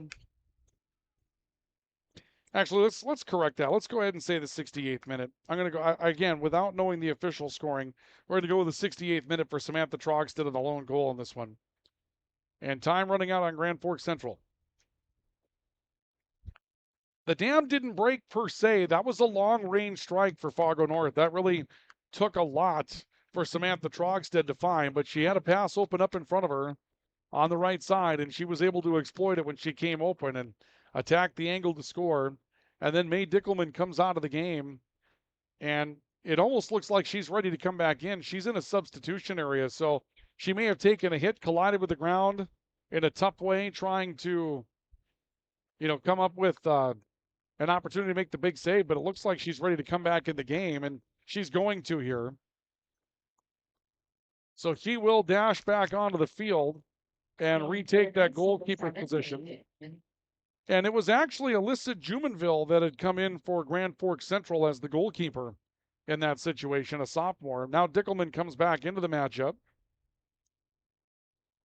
So Dickelman back onto the field now as the goalkeeper for Grand Forks Central with time running out. As we play our way into the 72nd minute of our matchup. 1-0 in favor of Fargo North. The lone goal, 68th minute, by Samantha Trogstedt for the Spartans. Lauren Malak comes back onto the field. Spartans will defend one beyond the boundary. And right now, the smart money, obviously, run this one out. Do not allow any chances. The Knights and the Spartans are going to play their JV matchup coming up after this. Here's a long-range strike by J.C. Reardon. She kicked that one out of the air, and it went wide. There was a JV matchup between Red River and Cheyenne before the day started. Then the two varsity games. Then there will be a JV matchup for Central and Fargo North after this one comes to a conclusion. So, you consider the day that you've had here today. Kickoff of that JV matchup was at 10 o'clock this morning. And they will kick off the second JV matchup of the day at 4 o'clock this afternoon. So 8 hours of soccer that Cushman Field will see. A couple of different groups, so it's not 8 hours for one set. Obviously, that would be a long day, except for the people that handle facilities for the Grand Forks Park District, obviously. That's a long day for them here on a Saturday afternoon, but it's been a very nice Saturday afternoon outside of the wind. It's been a good one today for some soccer here in the Grand Cities. Ball put up in the air. This played back towards the Grand Forks Central offensive end.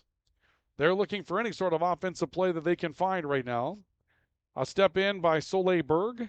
Berg will send this one down the field. Step up towards midfield. Ball past Malat, or actually rather past Lauren Reardon. Ball goes loose to the right side. Addison Lamb picks one out of the air, and this one's pushed beyond the field of play on the far edge by Earth Wild. Wild had the day for Fargo North early, and she's got the ball here. But she had the day for Fargo North when Central did have the minimal scoring opportunities they had in the first half.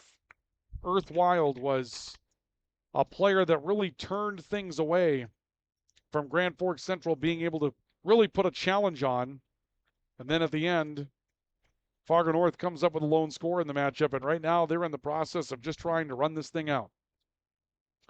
As we are into the 74th minute of the matchup, 1-0 in favor of Fargo North. And a game that could decide a number of state tournament implications, and only one goal on the board right now. That's the measure that decides a lot of things. Again, if Central is beaten in this matchup by my numbers, and again, everything's unofficial, but based on what's there, by my numbers, Red River is in the state tournament if Central is beaten, assuming, that next week we're to go the way that you, I don't even think that matters, to tell you the truth. I don't think it matters. And again, we'll talk about it in the post-game report, but each team has one game left. And right now, Central trails Red River by 4 in the standings. So if Central were to be beaten in this matchup, they would be down 4 points with only 3 to go. Only 3 points left to go get. So again, it really seems like if we've got the math right and everything's correct on our Eastern Dakota Conference website tracking, that this would put Red River into the state tournament if Central were to be beaten in this matchup. Now, Red River would not have their seed decided as of yet. That would be the next thing that would have to be decided, and that's where Fargo North can do some damage next week in a couple of games that they would have that are winnable. Throw in on the near side towards Soleil Berg for Fargo North. She'll send one across in front of the Central net. It's in the goalie box in a dangerous spot, and McLaughlin will boot that one out beyond the near boundary. Been a couple of moments like that throughout the course of the day today where Central's been in some trouble in front of their own goal. They haven't given up anything from there yet. The goal for Fargo North has been from distance, but the Spartans have really created some mismatches and some dangerous moments in front of the Grand Forks Central goal throughout the day. Here comes a free kick for Fargo North on some contact near edge. So here comes Earth Wild back into Fargo North's effort. Earth Wild's been the free kicker throughout the day. She's put one right on the net from this distance already today, and she'll try again as this will take us inside of 4 to go. So let's see what Earth Wild does here. She takes a look. She's eyeing the net, puts this one towards the net. Dickelman knocks it down. It's loose in front of the net, sent back towards the net. The scrum's on, and it's a score for Fargo North on the free kick.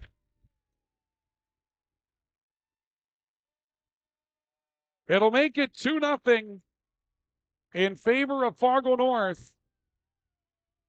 We'll take a look at it on the American Family Insurance Tyler Nagel Agency replay. Earth Wild putting a free kick into play. Dickelman can't catch it. She knocks it down. It's loose in front of the net, and I'm going to assume that was Soleil Berg that stepped into the play and scored it on the American Family Insurance Tyler Nagel Agency replay. We'll get a better look at it as we go into the post game. They've announced it for Soleil Berg, and that comes at an even 4-minute mark on our scoreboard, so I must have gotten our clock stopped. So we'll go ahead and call that the 76th minute, and Soleil Berg will make it a 2-0 matchup in favor of Fargo North. And again, when we get ready to go into our post game, we'll have an opportunity to take a look at our replay on a little bit bigger screen to try to pay attention and get that goal credited for sure to Soleil Berg. But I believe it was Berg that was in the scrum in front of the net that took care of it. But now Central running out of the gas. Down 2-0. 3.5 minutes to go in the second half. And Fargo North with a couple of late hits that look to be the difference in sending Red River to the state tournament and giving Fargo North an opportunity to move up to perhaps the 3 seed when they get to the state tournament. Again, the top 4 in the EDC qualify for the state tournament, and you are seeded based on your finish. So 1 East, 4 West, and so on and so forth. So if you finish in first place, you're the number 1 seed out of the East, and so on. Some contact, and Fargo North will come up with a free kick. I'm sorry, Central will come up with a free kick. And McLaughlin plants one deep and trying to find a run for Lauren Reardon, but just a bit too strong and a bit offline, and Reardon can't catch up to it.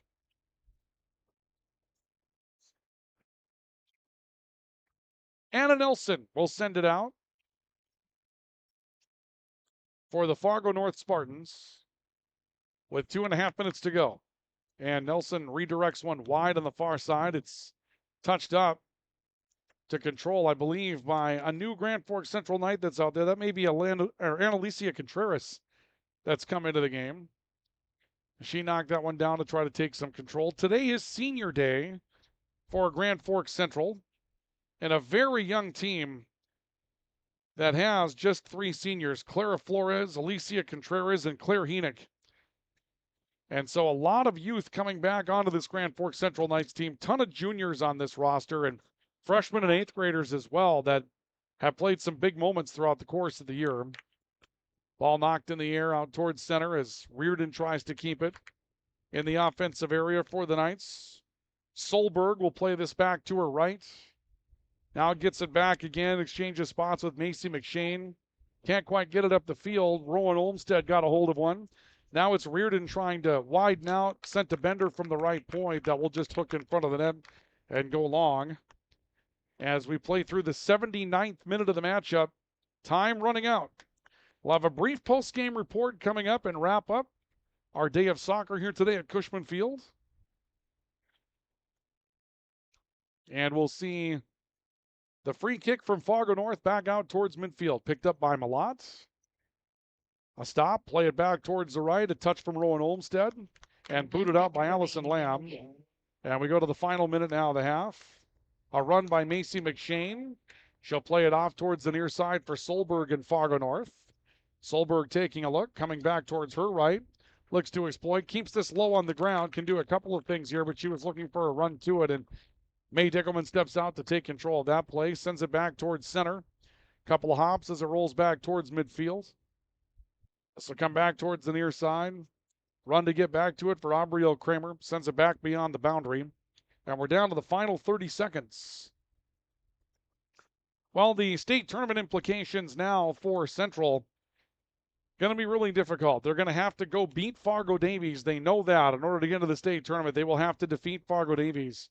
And they're going to need help from both West Fargo Cheyenne and West Fargo next week to keep Fargo North out of the state tournament.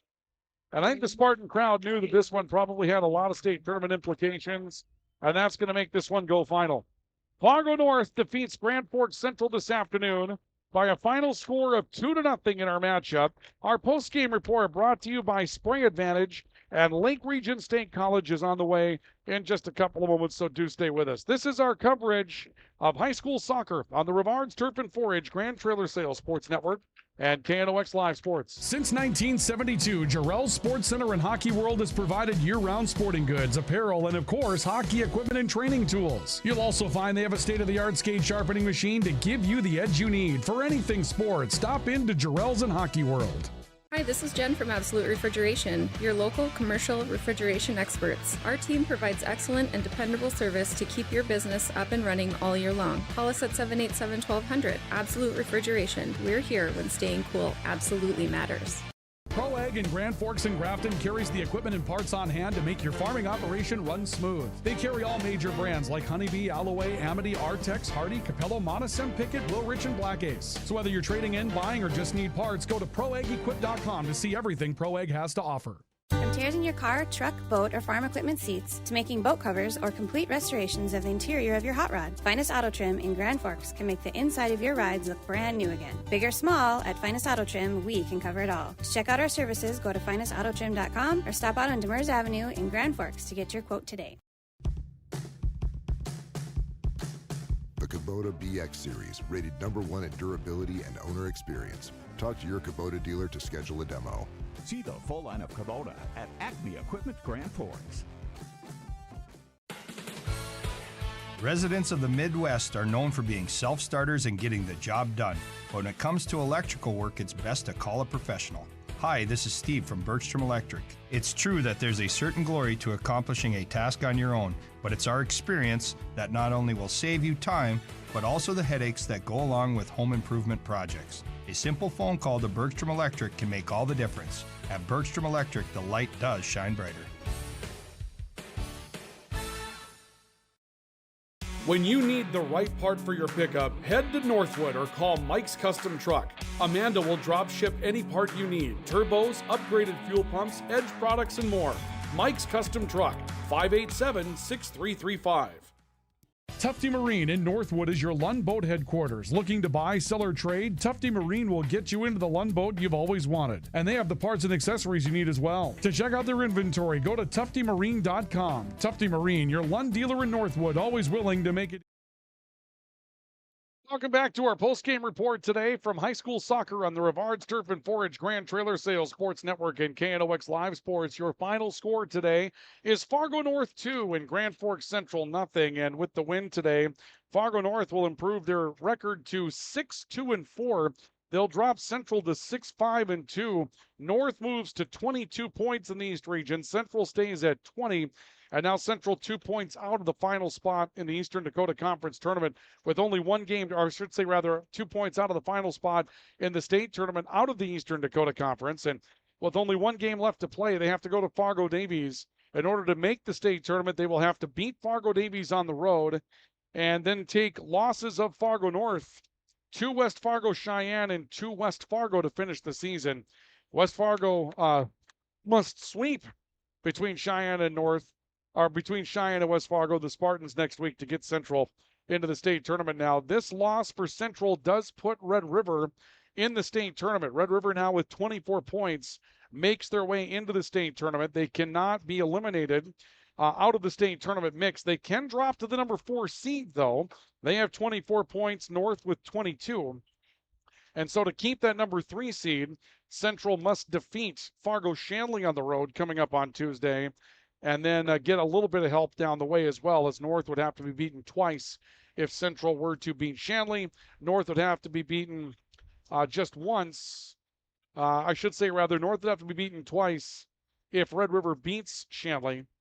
And North would have to win just one game in order to overtake Grand Forks Red River if the Riders do not come up successful against Fargo Shanley. So let's reverse that. If Red River beats Shanley, North has to sweep.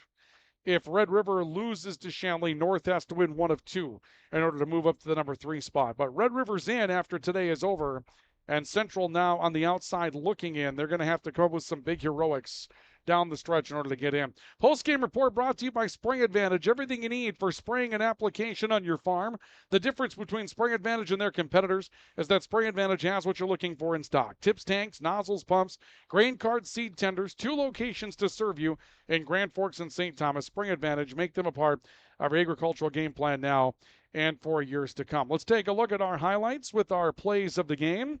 Our plays of the game are brought to you by Proceed. Need seed? Think Proceed. Proceed.net. Opening half of play, a great scoring chance for North. Dickelman diving at a ball, trying to save it for Central. It got away. The Central defense was there.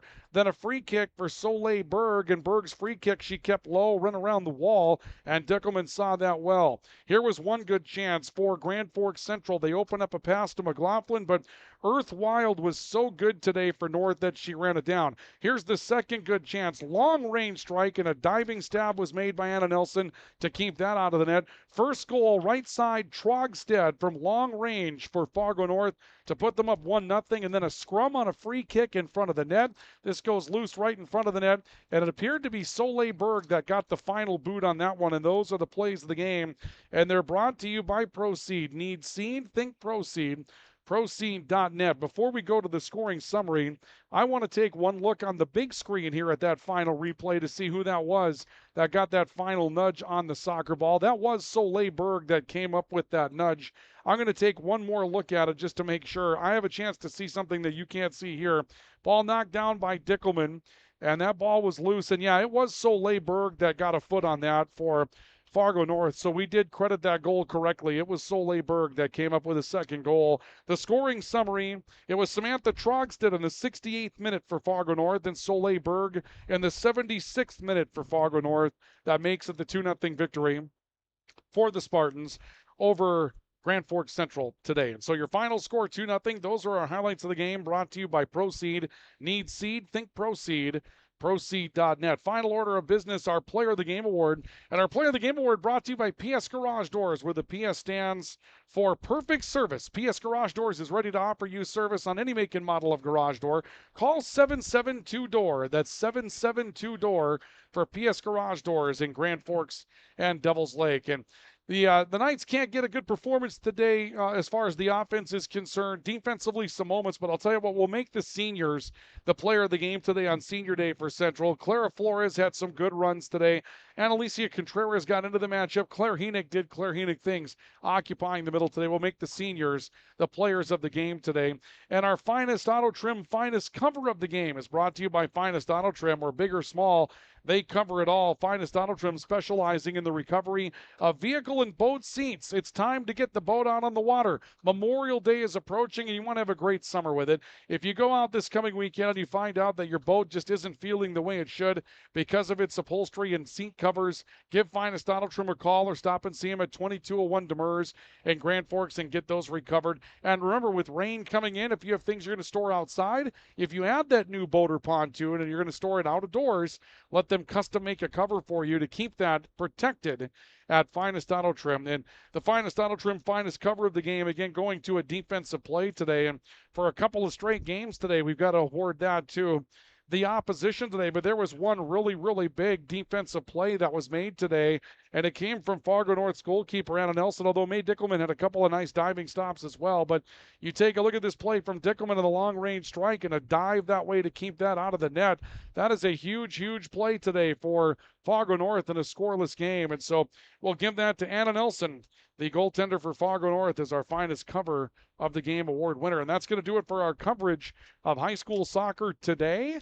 Takes us to the end of the regular season. Lots of postseason stuff coming up. Stay tuned for further broadcast details. Today, Red River wins in a rout 7-2 over West Fargo Cheyenne. Fargo North defeats Grand Forks Central by a score of 2-0. You've been listening to our coverage, and I should say viewing our coverage as well, of high school soccer on the Rougheriders Turf and Forage Grand Trailer Sales Sports Network and KNOX Live Sports.